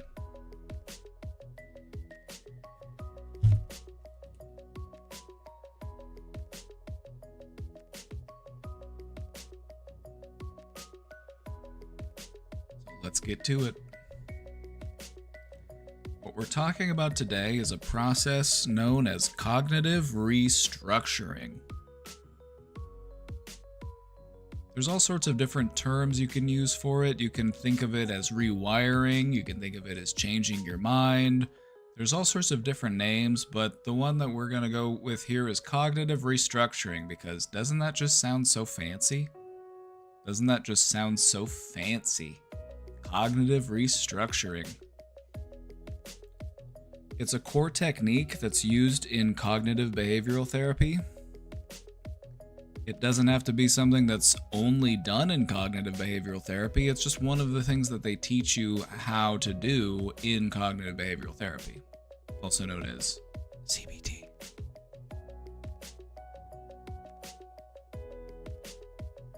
Brain crafting, neuromancy.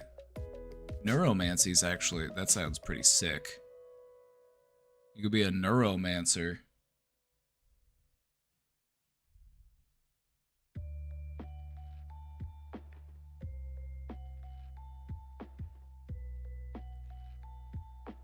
Cognitive restructuring works kind of like this, and we're going to go into it more in depth so that I'll give you some examples of what it looks like, but the whole premise is you become more aware of your automatic thoughts. These are just the thoughts that pop up as a part of your daily life. Sometimes they're intrusive thoughts, sometimes they're self-defeating thoughts. You become more aware of them, and you learn how to question them, and you learn how to reframe them, and so they don't continue to weigh you down like they are right now.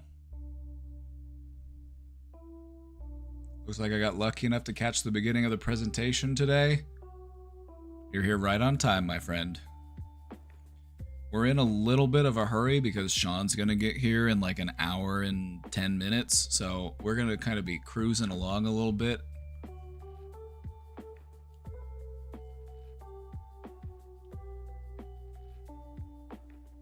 These types of automatic thoughts often come from our deeply held beliefs. They can come from our past experiences, And these are things that no longer serve us. You know, like if you were made fun of as a kid, it's like, why would that still bother you as an adult? It's like, well, because we hold on to that stuff. Even though it no longer serves us, we cling to it.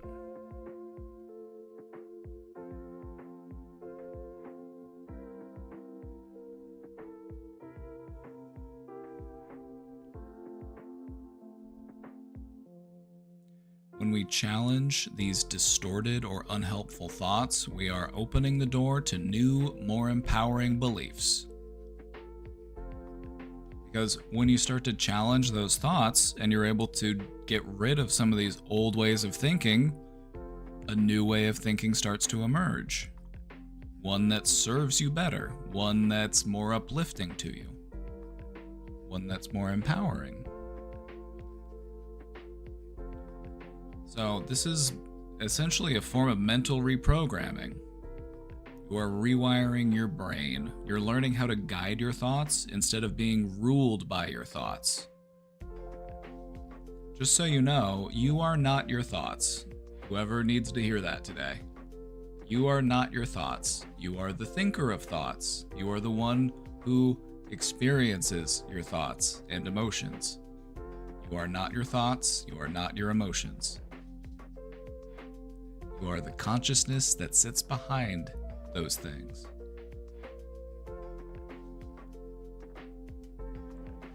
Over time, what happens is these small shifts in thinking, because the changes that you do in cognitive restructuring, they're meant to be small incremental changes.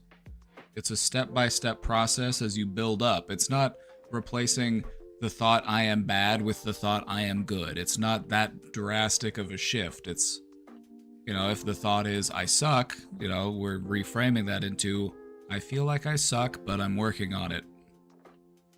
I'm working on getting over this belief. I'm getting over this thought. You know, it's a step-by-step incremental process. It's a small shift that adds up to some really meaningful emotional and behavioral changes.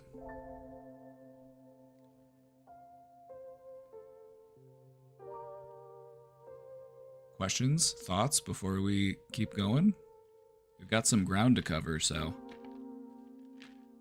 getting it so far?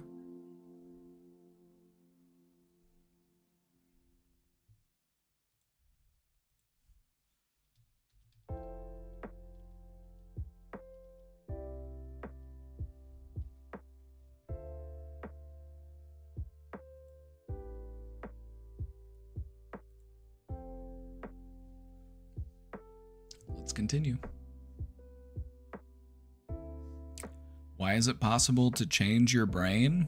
Well, because your brain is always changing. We did a full presentation on the concept of neuroplasticity. We're going to briefly touch on it today because neuroplasticity is why this works. And so it's important that we do just bring it up real quick. If you want to learn more about neuroplasticity, check out the VOD where we do the presentation on it. It's probably in there somewhere.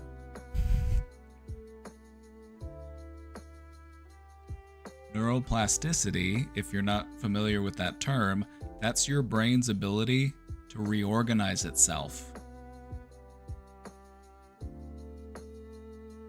Your brain can form new pathways, new neural connections, and so your brain is able to reorganize itself and obtain a different level of functioning. What this means is that your brain is continuously adapting based on the things that you experience, based on your behaviors, based on your thoughts. Your brain is constantly changing. There's billions of brain cells in your brain, and there's trillions of connections between those brain cells. Well, there's probably trillions. It's a big number. It's a big number. Either way. It's always shifting. In small ways. Neuroplasticity works in two main ways. The first one is functional plasticity.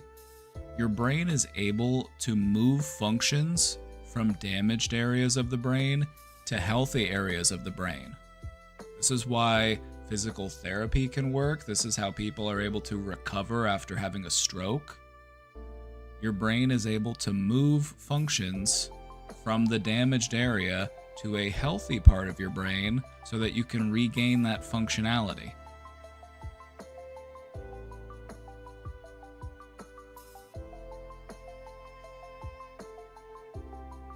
Your brain also has structural plasticity. Your brain changes its physical structure in response to learning or practice or repetition. Certain parts of your brain can grow in size or shrink in size depending on how often or how unoften you use them. You are literally reshaping your brain. Just think about that for a moment. Learning how to do something new, thinking a new thought, that means a new pathway in your mind. That means new connections between your brain cells.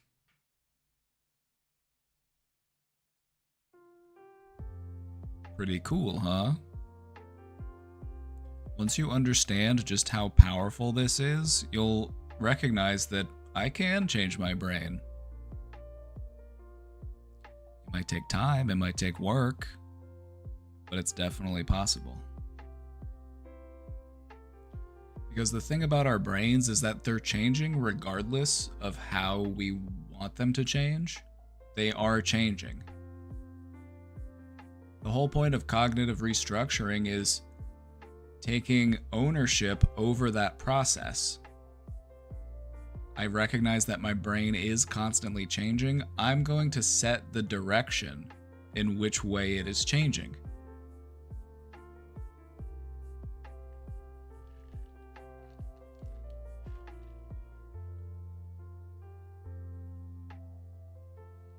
So even when progress feels invisible, there's still change happening beneath the surface. You know, maybe you had a backslide, maybe you slipped into an old behavior, maybe you were trying to do a new routine, but it just didn't quite stick. There's still changes going on underneath the surface.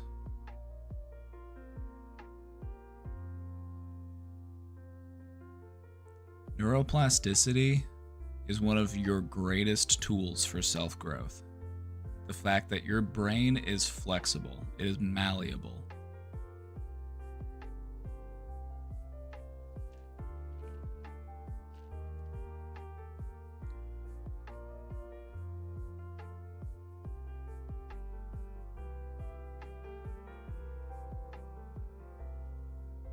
So, how do thoughts become habits?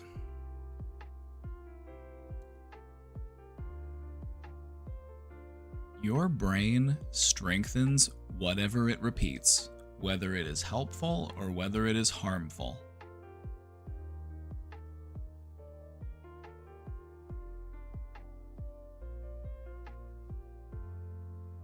Repetition is what makes a thought turn into a belief. When we repeat a thought, those neural connections that are associated with a thought become faster and more automatic. They become more interconnected. It's like it starts off as just a path through the woods, and then it becomes a clearing, and then it becomes a gravel road, and then it becomes a highway. It becomes stronger, more faster, more automatic. And so it just pops up without you even having to think about it or try to think, it's just...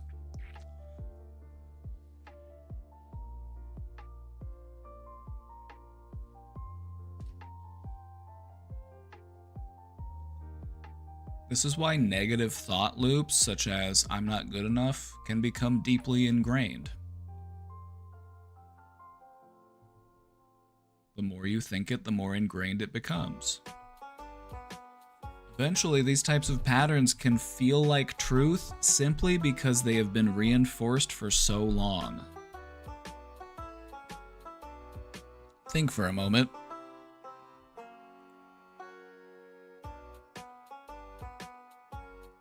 Think for a moment, all right?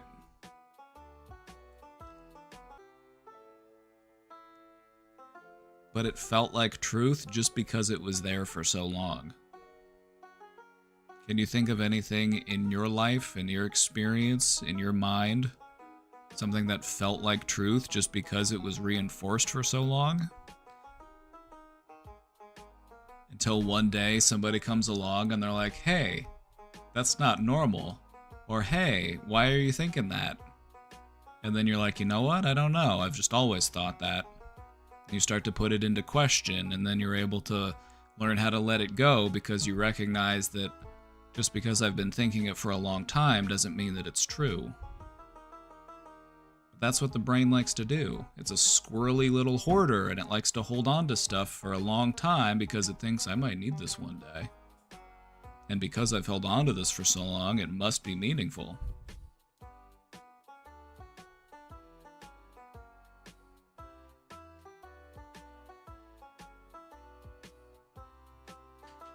Anything my mother would tell me over and over, like your dad is a bad person when he wasn't, you were able to parse out that that was just her opinion. Yeah? I don't know. We did, but I sent them with you to Branson and I haven't seen them since. Oh, then I guess they're in the back of the car. Probably. Okay. Yeah.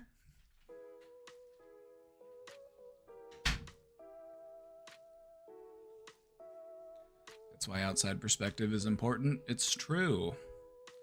You know, and as you grow older, you learn that my parents are human too, and they have their own thoughts and beliefs and opinions, and just because they taught me something doesn't mean that it's true. It just means that that's what they believe to be true.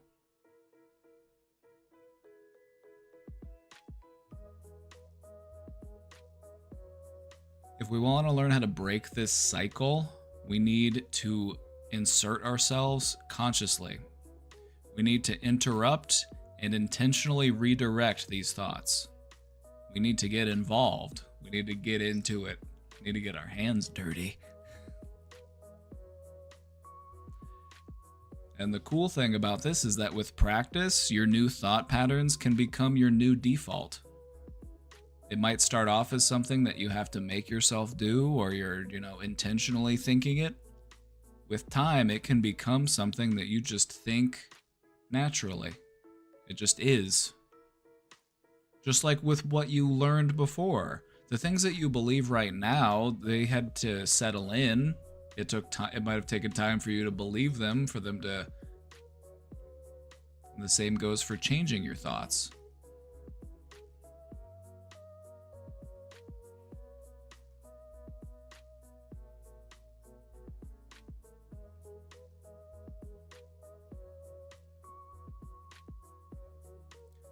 I want to talk a little bit more about how repetition means reinforcement.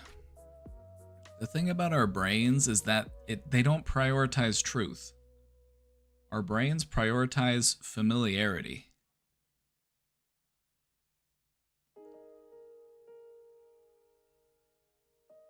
Just want to let that settle in for a moment.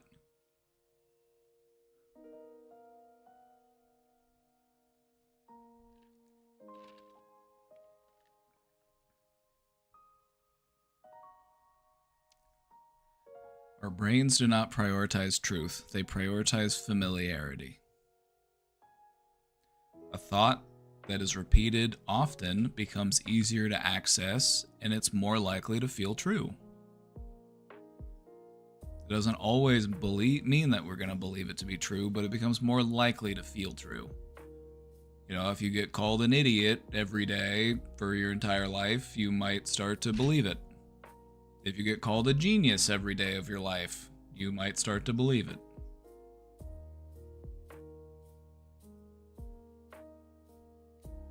Positive repetition helps us to build new pathways that support healthier, more constructive beliefs.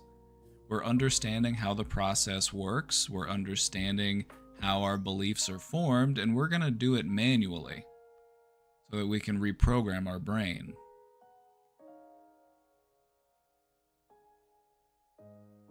If we repeat negative thoughts, they strengthen the circuits that reinforce those limiting or harmful beliefs. It works in both directions, positive and negative. And so that's the good news. We can use this natural function of our brain to our advantage. By intentionally repeating thoughts that support growth and healing and compassion, we are reinforcing the mental habits that we want to develop. This is why affirmations and mantras work. This is why they can be so powerful, especially when you use them over a span of time. What you practice mentally becomes what you believe emotionally.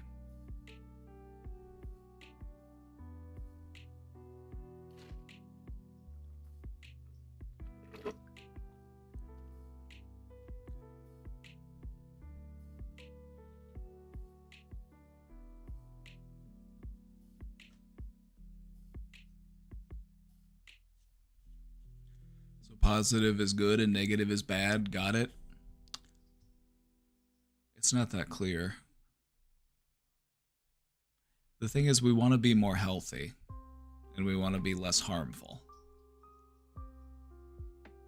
There are some thoughts and beliefs that we have that might be negative, and that might be true, that we might need to keep those things.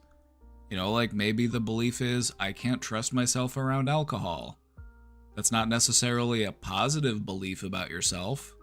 I can't trust myself to do something, but you it's ultimately for the greater good, right? It's like,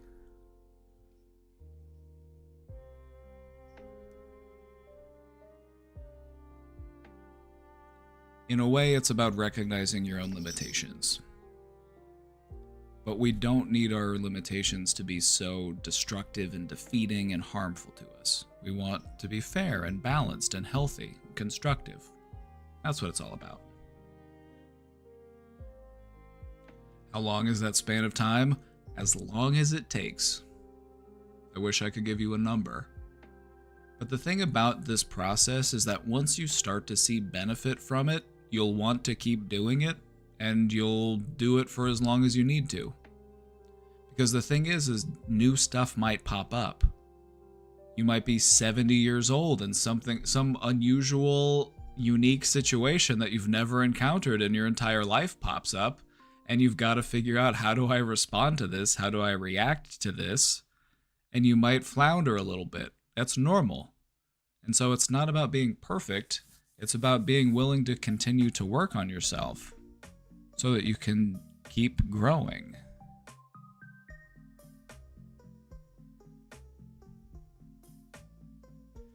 Positive and negative aren't the same in psychology. It's closer to actually adding and subtracting behavior. True. That's more of, when we say positive and negative in a psychological sense, that's what we mean. We're talking about adding and subtracting.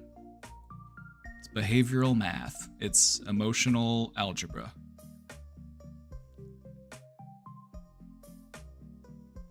This makes me wonder, can this kind of cognitive restructuring be enhanced by hypnotherapy and/or meditation? Yep. See, now you get it. Now you're understanding why those things work. It's the same underlying process. This is just one way of defining a process that can be done in any number of different ways.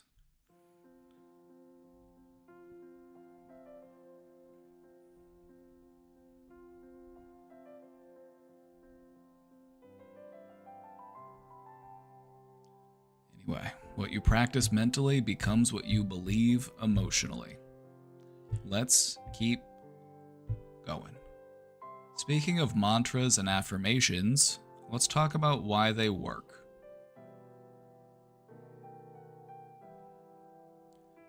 Mantras and affirmations are tools for mental conditioning. If cognitive restructuring is a workout, mantras and affirmations are two of the ways that you can work out. It's a barbell and a exercise bike. Or, I don't know, what exercises do you like? Treadmill? Yoga mat? I don't know. Fill in the blank. They aren't just wishful thinking. That's not what they are. It's not us trying to delude ourselves or convince ourselves of something that does not exist. They're meant to be fair and balanced and helping us, take a step into the right direction. The The reason why they work is because your brain takes repetition seriously, regardless of how you feel in the moment.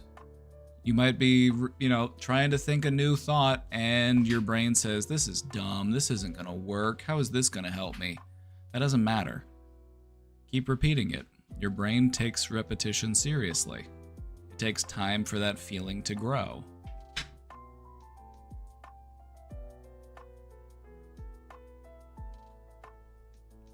The key to these types of affirmations is that we want them to be fair and balanced and true.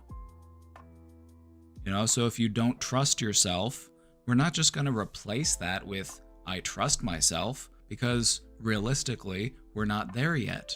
And so we're going to find a new thought that does resonate with us, one that is true. I am learning to trust myself. I deserve peace. We're trying to reinforce our self-worth. We're trying to reinforce our resilience.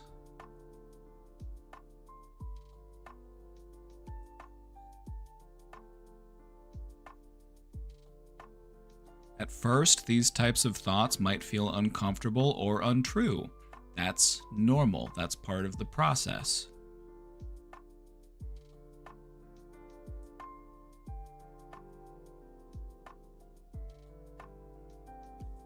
It's totally normal to feel like, now how is this helping?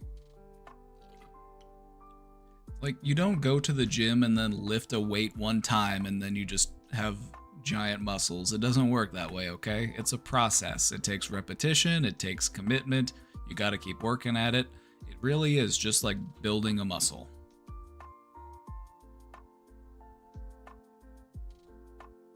Over time, with consistent repetition, our brains begin to accept these statements as familiar and valid.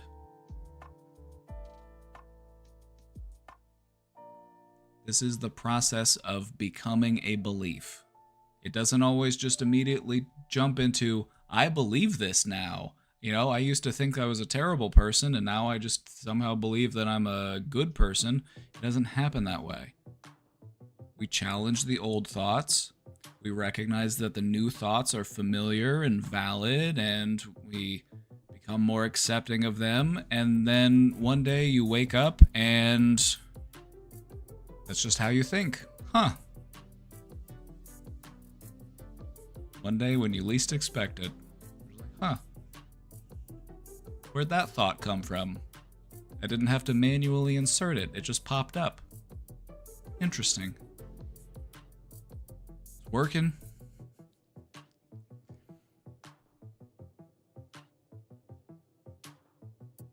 When we actively engage in repetition, we are choosing which of our mental muscles we want to strengthen. We want to be aware and mindful of this process because you're doing it right now already. There are already thoughts within you that you are repeating and that are getting stronger through repetition.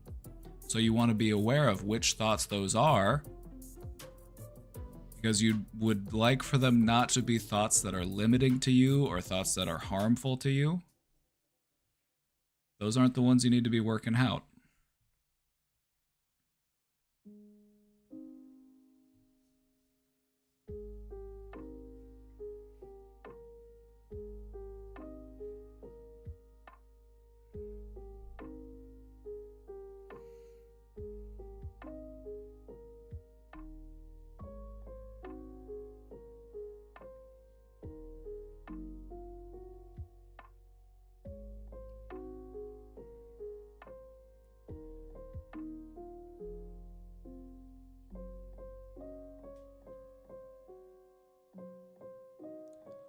Let's talk about how we can do this. Let's talk about how we can start restructuring our thoughts. The first step, like with anything, is awareness.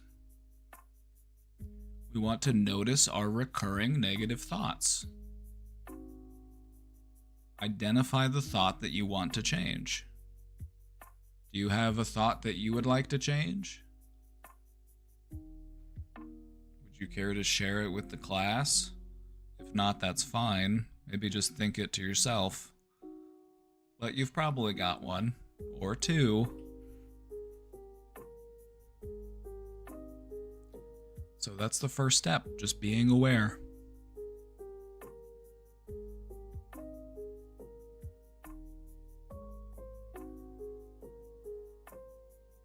Thoughts such as I'm a failure, or I'll never get better, or what's the point, I'm not worth it.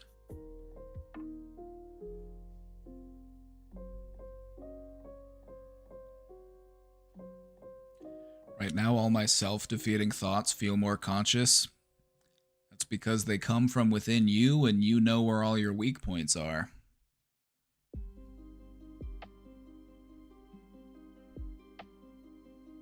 You're hitting yourself for critical psychic damage.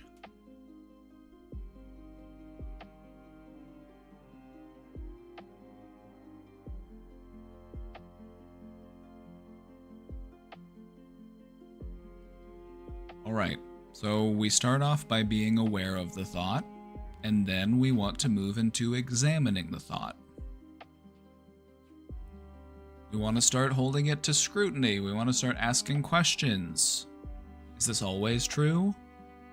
What evidence supports it? What evidence contradicts it?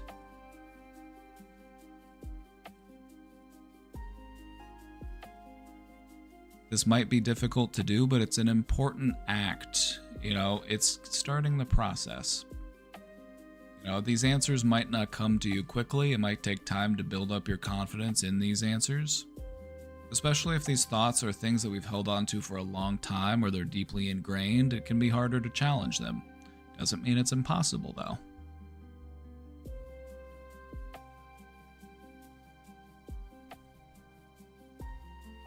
We want to consider the context of that thought. Where did that thought come from? Is it a pattern that you learned earlier in life? You know, maybe it's something that you picked up from in school. Maybe it's something that you picked up from your parents or your caregivers, older siblings, your teachers. You know, where did it come from? How did that pattern form? This thought didn't just pop up out of nowhere. It's been here for a while. So where did it come from? Let's try to trace it back to its root. It's like pulling a weed. You want to make sure you get all the way down to the root.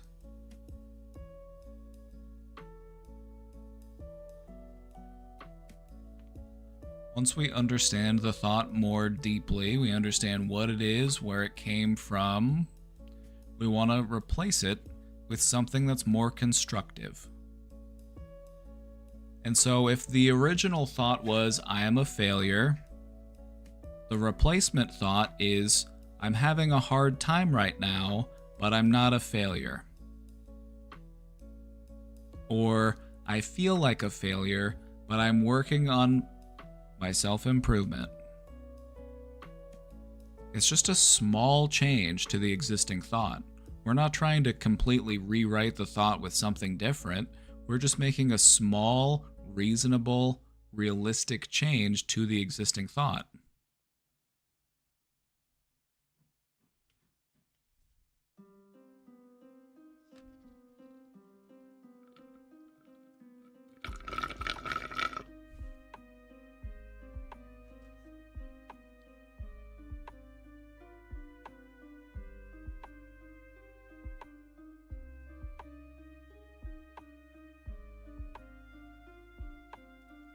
Once you identify your new thought, repeat it to yourself. Repeat it to yourself intentionally. You notice the old thought popping back up, you respond with the new thought. It's especially important to do it when the old thought resurfaces. Old thought pops up, responding with the new thought. You're rewiring the brain, you're redirecting the traffic. It might sound simple, but it does work.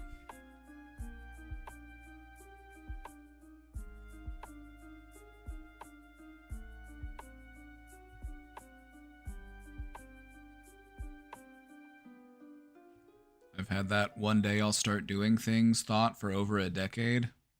How many things would you say you've done in the past 10 years?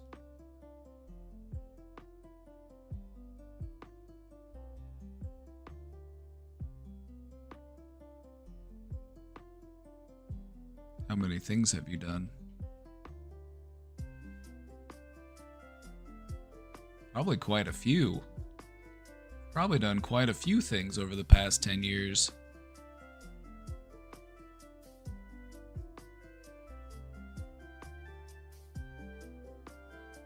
What an interesting 10 years it's been. I can't wait to see where the next 10 years takes me.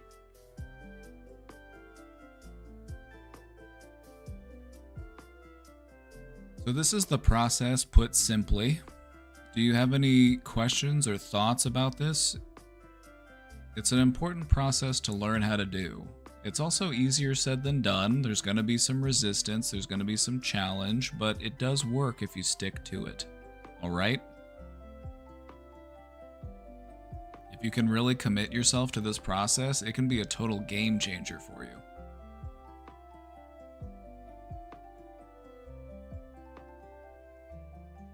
Reframing is an art. It's true. It's true. I try to be a reframing artist. I love reframing stuff. It's almost like being a lawyer, except I use my powers for good.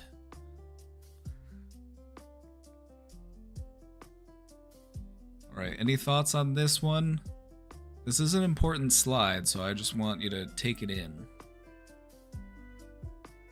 Any questions about any of the steps or any questions about the process itself? It's pretty self-explanatory, right? Like, it's not super hard to wrap your head around. It's pretty straightforward. My old thoughts are there because I've been repeating them for so long, and if I want new thoughts, I need to start repeating them, and then I need to give my brain time to do the rewiring.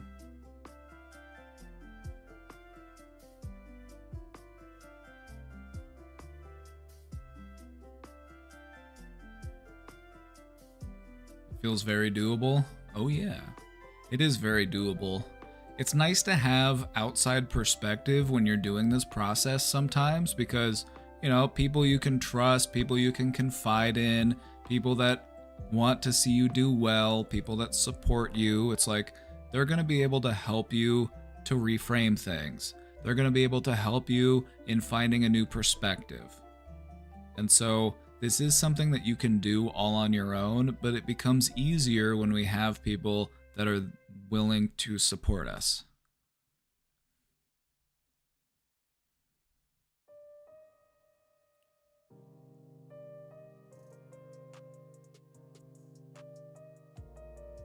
Right. Here are some tools for restructuring. You know, this doesn't just have to be something that you just sit down and do with the power of your thinking. Here are some techniques or some additional things that you can do that can help to make this a bit more manageable. Keeping a journal of your thoughts can help you to identify your patterns. It can help you to identify your triggers. You know, somebody said this thing to me and it made me think this thing, and then that just kind of sent me spiraling and it just ruined my day. This is what helps you to increase that awareness that we were talking about.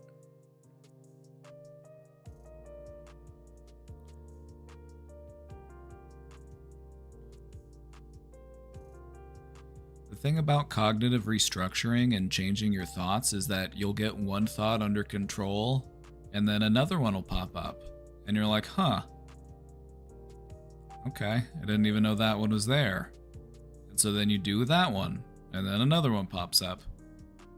And you might go through this process quite a few times, but the good news is that you get better at it every time. Before long, you're reframing things instantaneously that might have taken you days or weeks to process.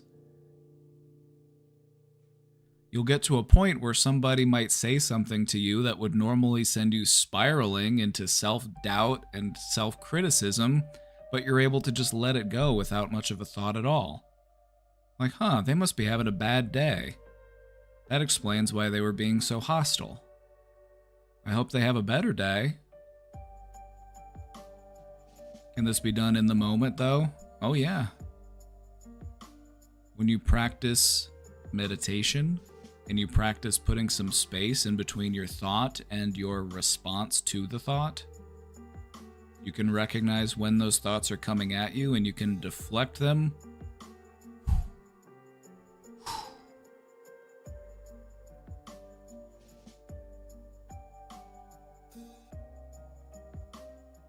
I've started learning to recognize what puts me in a bad mood, so I'm getting better at processing when something triggering happens.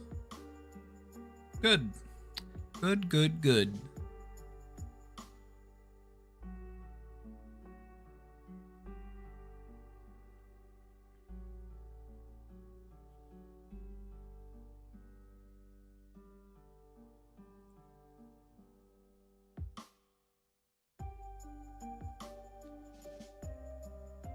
Another helpful technique to restructure our thoughts is engaging in a Socratic dialogue or doing a little bit of Socratic questioning. And this is just all about asking deep, clarifying questions. What's the worst that could happen? What would I tell a friend in this situation? You're not just letting the thought exist as it is, you're asking questions to go further into it. Be like, hold on, why is this here? Oh, I'm worried something bad's gonna happen. Okay, well, what's the worst thing that could happen? Well, this would be really bad if that were to happen. Okay, well, what would I do about it if I were in that situation? You're just trying to use logic to work through a thought.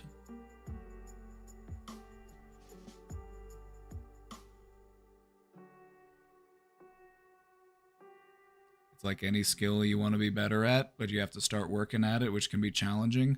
But it's so worth it. It's so worth it. You can obviously imagine how learning how to do this would just be such a game changer, right?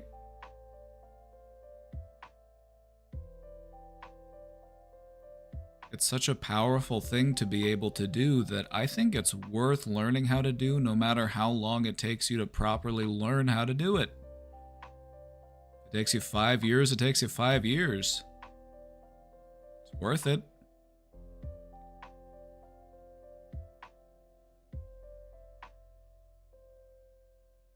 Because even if you're working on it for a long time, you're still noticing those incremental gains all the way up.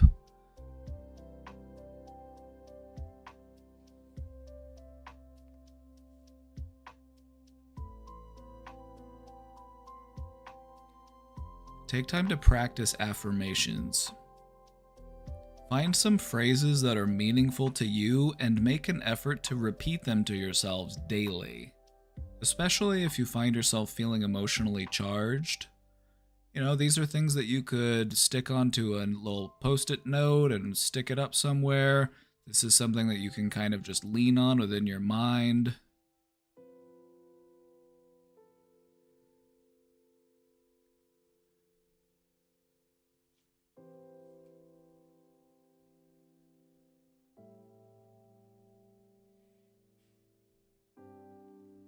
What do you think would be a phrase that is meaningful to you?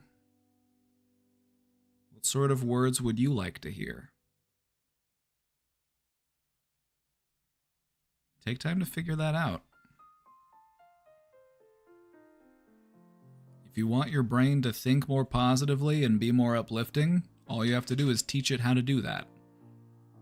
And you do that by practicing it. It sounds silly, I know, but it works. Just like you look pretty silly when you're learning how to juggle until you've got some balls in the air. Then once you're doing it, and people are like, ooh, how'd you learn how to do that? That's so crazy.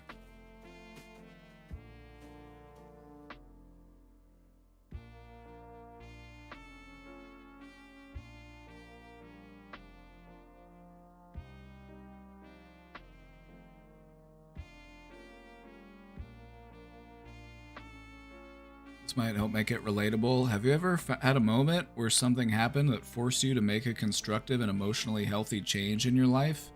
Like somebody you know had a bad experience because of an unhealthy behavior you also engaged in and it made you push yourself?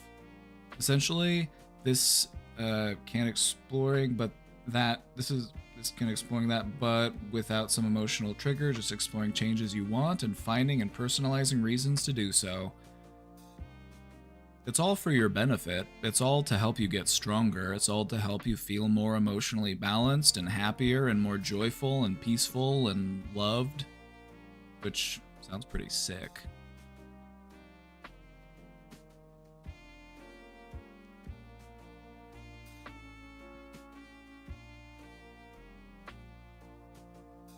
Guided self-talk. Practice speaking to yourself with compassion and patience in the same way that you would speak to someone that you care about. This might sound silly, this might sound goofy, but if you're learning how to change how you think about yourself, you need to also practice how you speak to yourself. How is your internal monologue doing?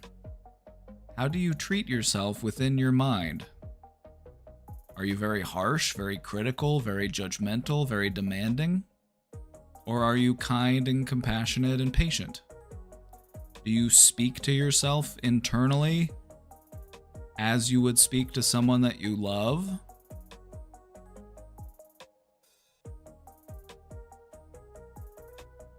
Very critical. And see, the thing about it, the paradox of it, is that we think that being hypercritical of ourselves is the way to do it. But obviously it's not, because if it worked, wouldn't it have worked already? If it worked, wouldn't it have worked already? Being hypercritical of yourself can take you places, it can help you to be successful, but who's going to be left to enjoy it? Let's say that you grind away and you get the job and you get the high-end apartment and you get the luxury car. It's like, what's left? You've ground yourself into dust. You're just an empty shell, you're hollow. Because you've just been so critical, so defeating, so demanding of yourself that you don't know how to have fun. You only know how to criticize. Your inner critic becomes your ruler.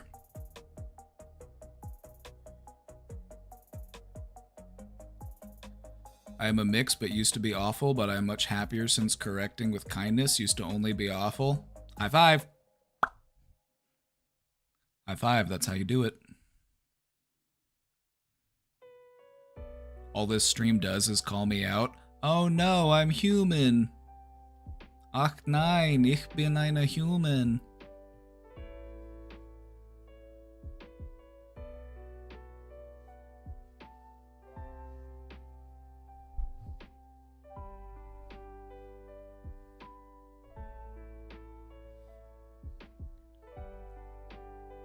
Most people are hypercritical of themselves. Most people are overly critical internally. And that's because we have this feeling like that's how we get stuff done. We have this feeling that that's how we be more productive. I just need to be more demanding of myself. I just need to be more critical. How's that been working for you?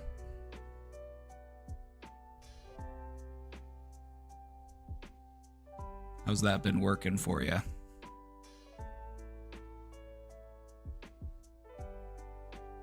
You know, even if you get everything that you want in life, how are you going to be able to enjoy it? The only way that you know how to treat yourself is with vitriol.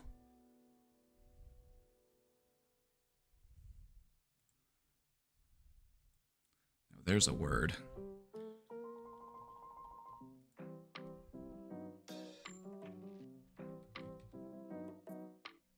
I was like, what's the German word for vitriol? It's the same word. Oh, that's...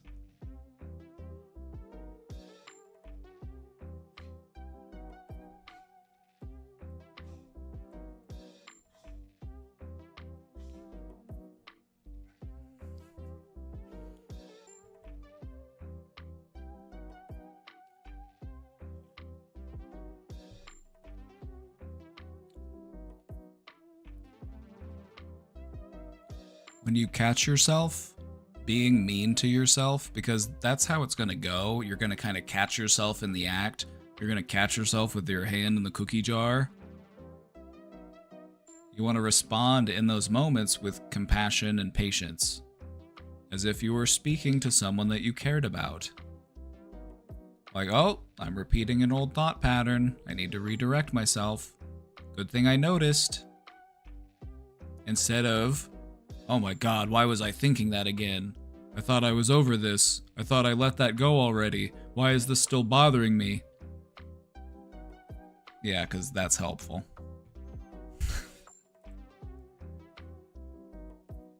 Not trying to make you feel silly for doing it. I'm just saying that it's what most people do and it doesn't really work.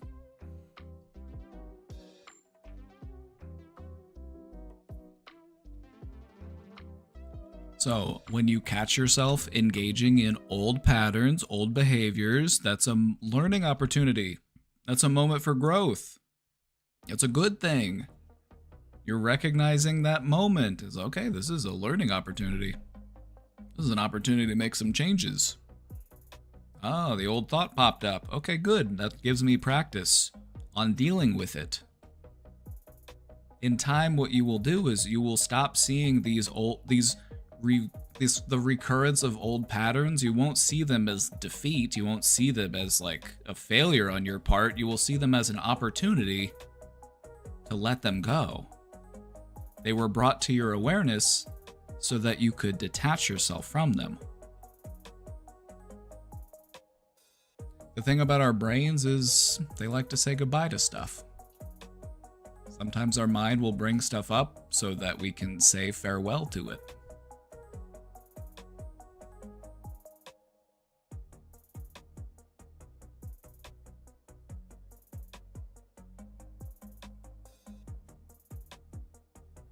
Throughout all this, we're going to want to remember to remain mindful, and we're also going to want to incorporate grounding techniques, just as an effort to increase our ability to pause and observe our thoughts instead of reacting automatically, because that's what's going to make all the difference. If you can stop just immediately reacting to your thoughts, you can put a little bit of space in there. That gives you space that you need to choose how to respond. You notice a memory popping up, and this is a memory that reminds you of something that made you feel angry, and so what do you want to do with it? Do you want to just let it run over you and let it upset you and let it ruin your day? No. I can recognize that my mind is starting to bring up this memory. That's very interesting. It's interesting that my mind would choose to do that right now. But right now I'm not interested in thinking about that thing. In fact, I'm actually working on letting that thing go. So I think that's what I'll do now.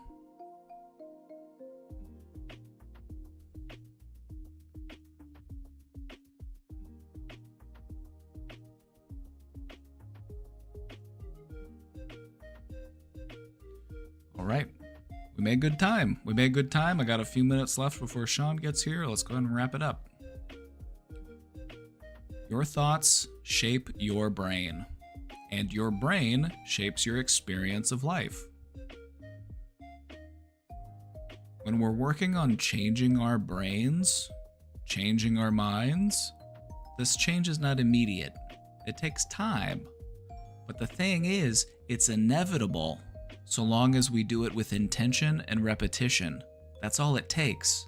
Your brain doesn't care about what's actually true, it just cares about what's familiar.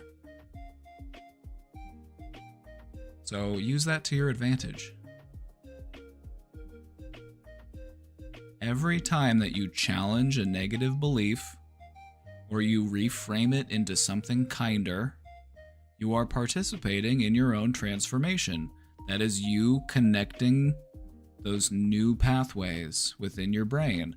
Every thought is progress. So, be patient with yourself. Stay consistent.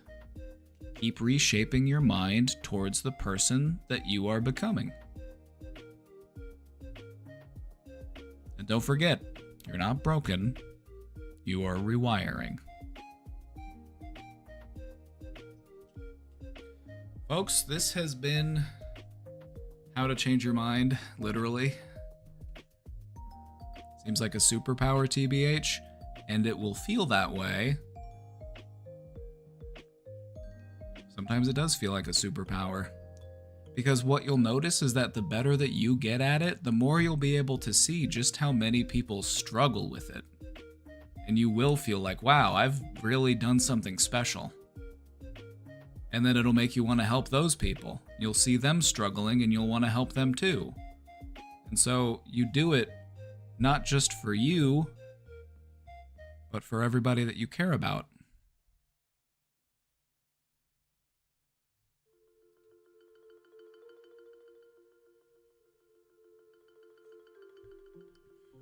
If you want a copy of these slides, !slides in the chat. I've also posted a copy of them in the Discord for your reference.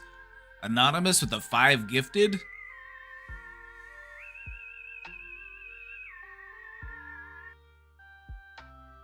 Thank you, friend.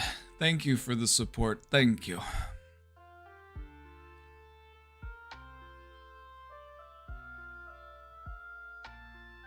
I sent this stream to my son and invited him to listen while he Robloxed and sent a few thoughts.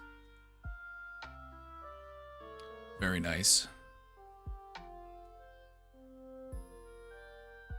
I think it's really important to teach young people how to do this kind of stuff. Just think of how better off we would be as a species if we taught people how to regulate their emotions, if we taught people how to change their thinking, how to deal with intrusive thoughts. Just think about how better off we would be. Think about how much less suffering and crime and hardship there would be. Like, wouldn't that be great? Anonymous with another 5 gifted.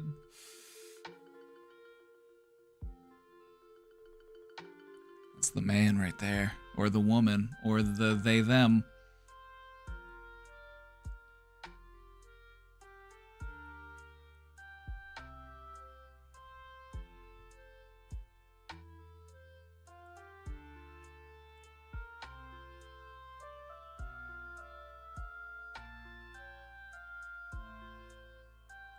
Being able to be patient and even-tempered when integrating new information typically makes your analysis of it closer to the reality of it and not the emotions once strongly associated to it. Yep. What you'll notice is that emotion has a way of clouding our judgment. If we have these old beliefs, we have these insecurities that might date back to childhood, there's a lot of emotion, there's a lot of pain packed into that, and it becomes a wound. We want to understand the ways in which we are wounded so that we can heal. This is an important part of how you do that. And so my hope today is that you feel empowered. I want you to feel empowered. I want you to feel inspired. I want you to recognize that this is possible. Change is not only possible, it's inevitable. Your brain is changing right now. With every thought that you think, with every action you take, your brain changes in small, subtle ways. If you can direct this process, if you can set the direction and act with intention, you can go to someplace really wonderful.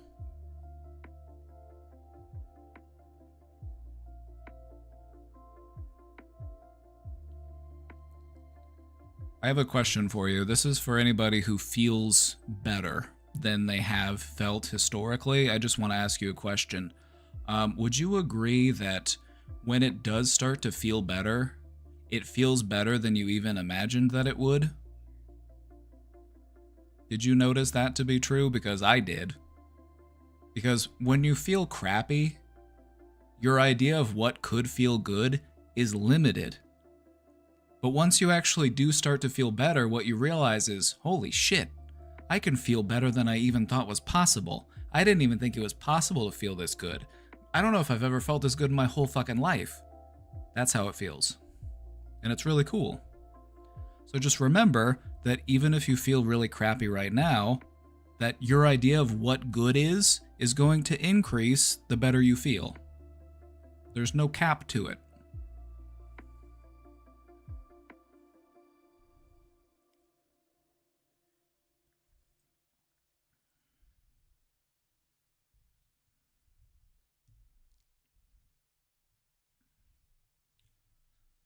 So I hope you're feeling good. You know, even if you haven't been feeling good lately, I hope that today you do feel pretty good. Because knowing that even if I don't feel all that great right now, I know that I can feel better. And I know what I need to do to make that happen. This is what I'm trying to do for you. I'm trying to give you all the tools that you would need to build that life that you really want to live. That's what I want to do for you.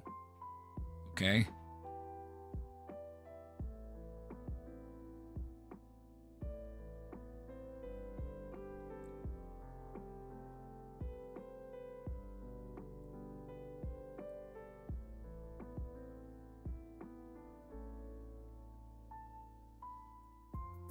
I'm trying to help you, motherfucker.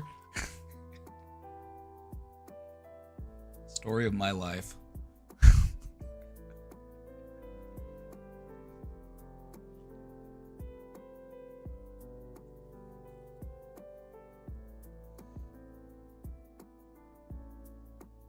Good news, after half a year of major depression, I found out it's not my fault. Literally, my doctor is overprescribing me hormones, double legal max dosage.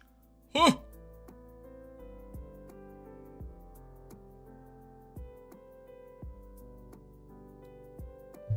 How frustrating, but also relieving at the same time.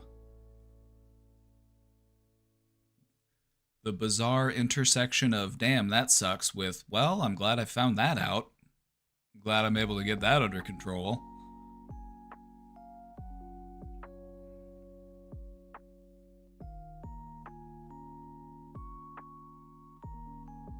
Does your doctor do that often? Just breaking the law like that?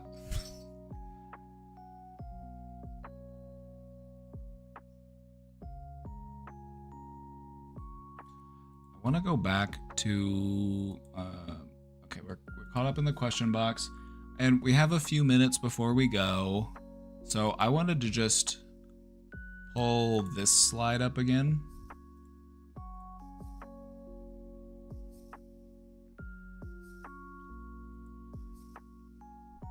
I want to leave this slide up because I want you to think about one of your thoughts that you would like to change, because now's a good time to practice doing it. Notice a thought that might be a recurring negative thought for you, one that you would like to change. I'm a creep, I'm a weirdo, what the hell am I doing here? I don't belong here.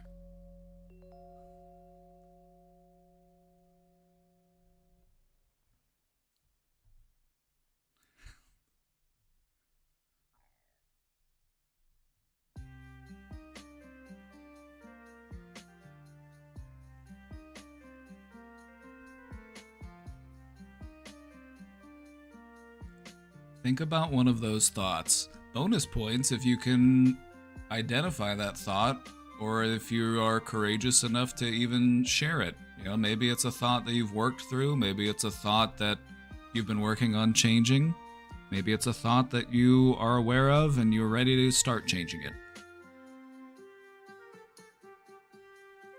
First up, identify that thought. Just don't follow it up with emotion. Don't meet it with emotion. It's just, the thought is a thought, like it's text on a page. It's just words. We want to examine it, like a scientist. Like you're just observing a natural phenomenon of the universe. How interesting is this? That my brain came up with this. Where did this come from? Why do I believe this? You know, where's the evidence? You want to look at it like a scientist would look at a slide on a microscope. With curiosity, rather than judgment, rather than critique, rather than, you know, curiosity, not judgment.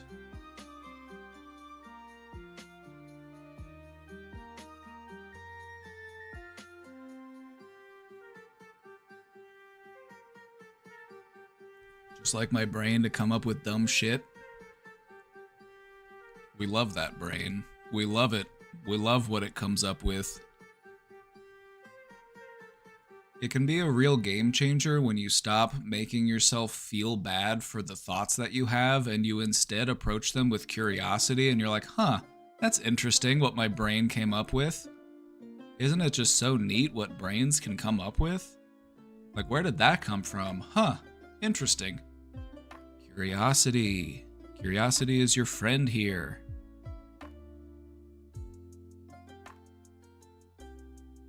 So think about that thought, examine that thought, and then consider the context of that thought. Where did this come from? If I trace it back to its source, where did it originate? Middle school? Maybe earlier?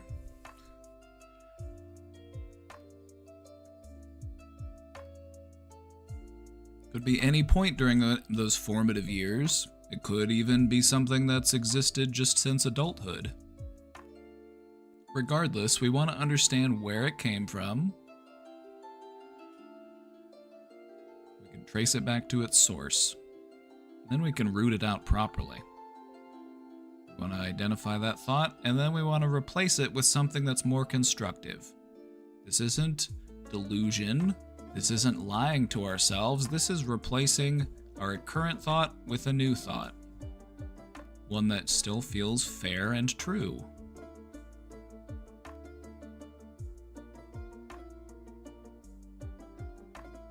There's a big difference between identifying as a failure and feeling like a failure. So we don't want the thought to be, I am a failure. We want the thought to be, right now I feel like a failure, but I'm working on feeling better. You can see just how much of a difference that would make. We don't want our thoughts and beliefs, especially about ourselves, to be so rigid. Like, why are we in such a rush to write the end of our story? We still have to figure out what we're doing today.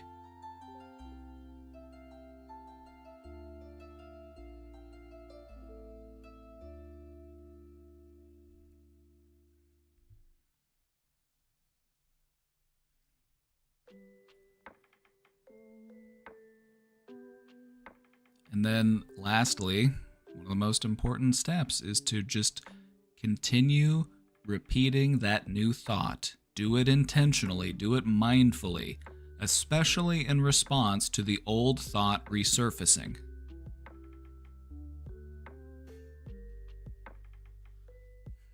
The phrasing on this last part, when the old one resurfaces. It's like, yeah, what are you going to do when Cthulhu rises from the dead city of Roulier at the bottom of the ocean? Are you going to throw on your hood? Are you going to join the cult? Ya, Cthulhu Fatagan?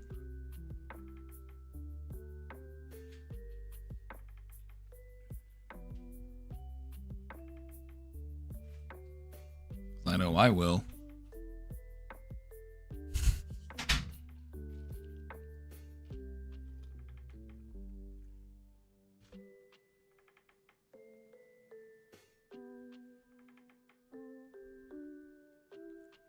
The cool thing about this technique is you can apply it to any of your thoughts. Not just your thoughts about you, but the thoughts about the people that you love, the thoughts about the people that you interact with. This will change everything. You might not respond out of fear or worry. You can start to respond with understanding and compassion and patience. If somebody says something to you and it makes you feel bad, you can recognize they only said that because they're having a bad day. They've been going through a lot lately and they've been working really hard and, so I'm not going to take it personally. When historically we might have taken it very personally. This teaches us to allow space for understanding and context, instead of just taking that thought and running with it.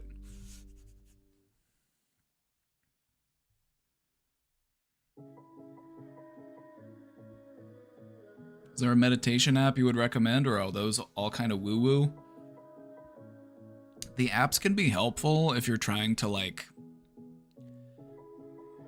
if you like apps, if you like apps and like reminders and stuff. The thing about meditation is that there is plenty of free material out there that you don't have to pay anything for. You don't have to get anything extra. You don't have to subscribe to any type of service. There's tons of stuff out there that can help you get into meditation. Just find the time of day where you would like to make it a practice, and then just carve out that time for yourself. And then find something that you enjoy. You know, there's stuff on Spotify, there's stuff on YouTube. You can find meditation stuff all over the place.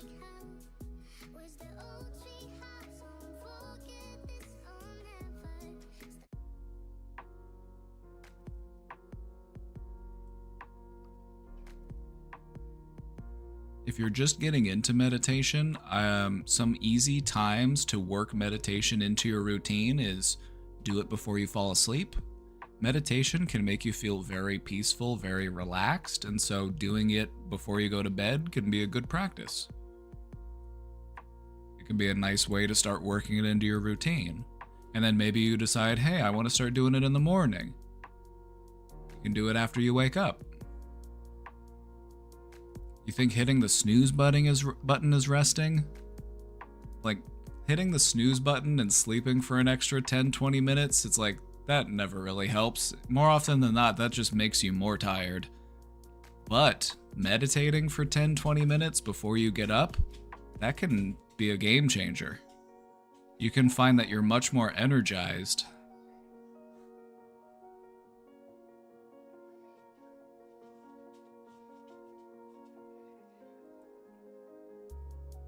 If you're just getting started meditating, I would say like 10-20 minutes is probably a good amount of time. It doesn't need to be that long. It's just important that you're doing it and that you're making it a practice and that you're able to, you know, start to get some benefit from it. But the thing about it is that it can kind of be addicting in its own way. You're like, oh wow, I meditated for 20 minutes and I feel incredible. I wonder how I would feel if I meditated for an hour. It'll do that to you.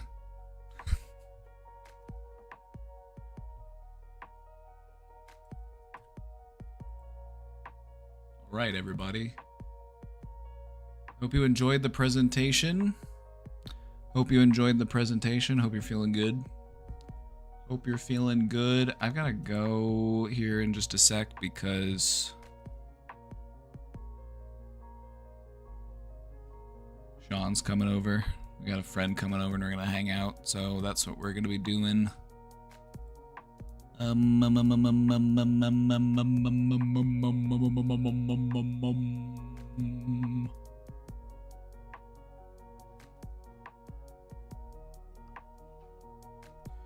last thoughts? Any last questions before we head out? A nice, short, concise, focused stream. We'll do more questions tomorrow. You know, we kind of had to limit the number of questions we did today because I didn't have so much time, but it's 4 o'clock, so I got to head out a little early today.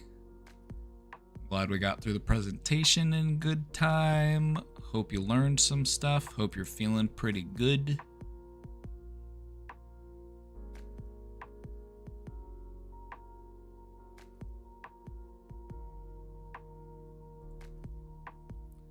Let's see who's streaming. Let's see who's streaming.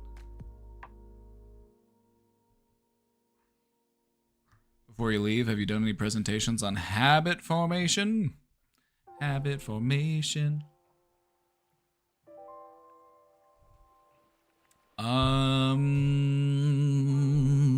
Maybe. That's kind of where I'm at right now with a lot of presentation topics, is we've done so many that's like, have I? Maybe.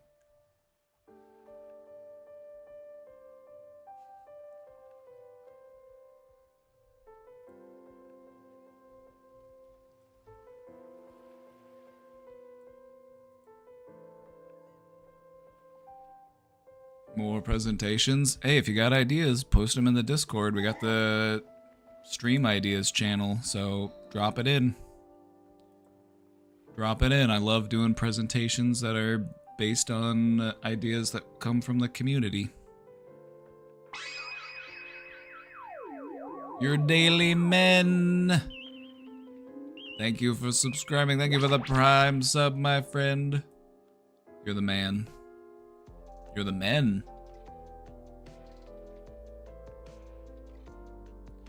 Alright, everybody. Thank you so much for being here. Thank you so much for being here. Thank you for being a friend.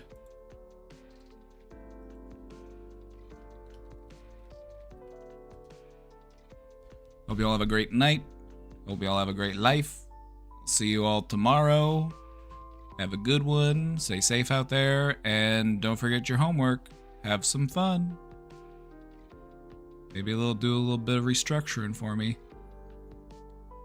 You know, if you came in to stream tomorrow and you told me about some restructuring that you did today, I would just be thrilled.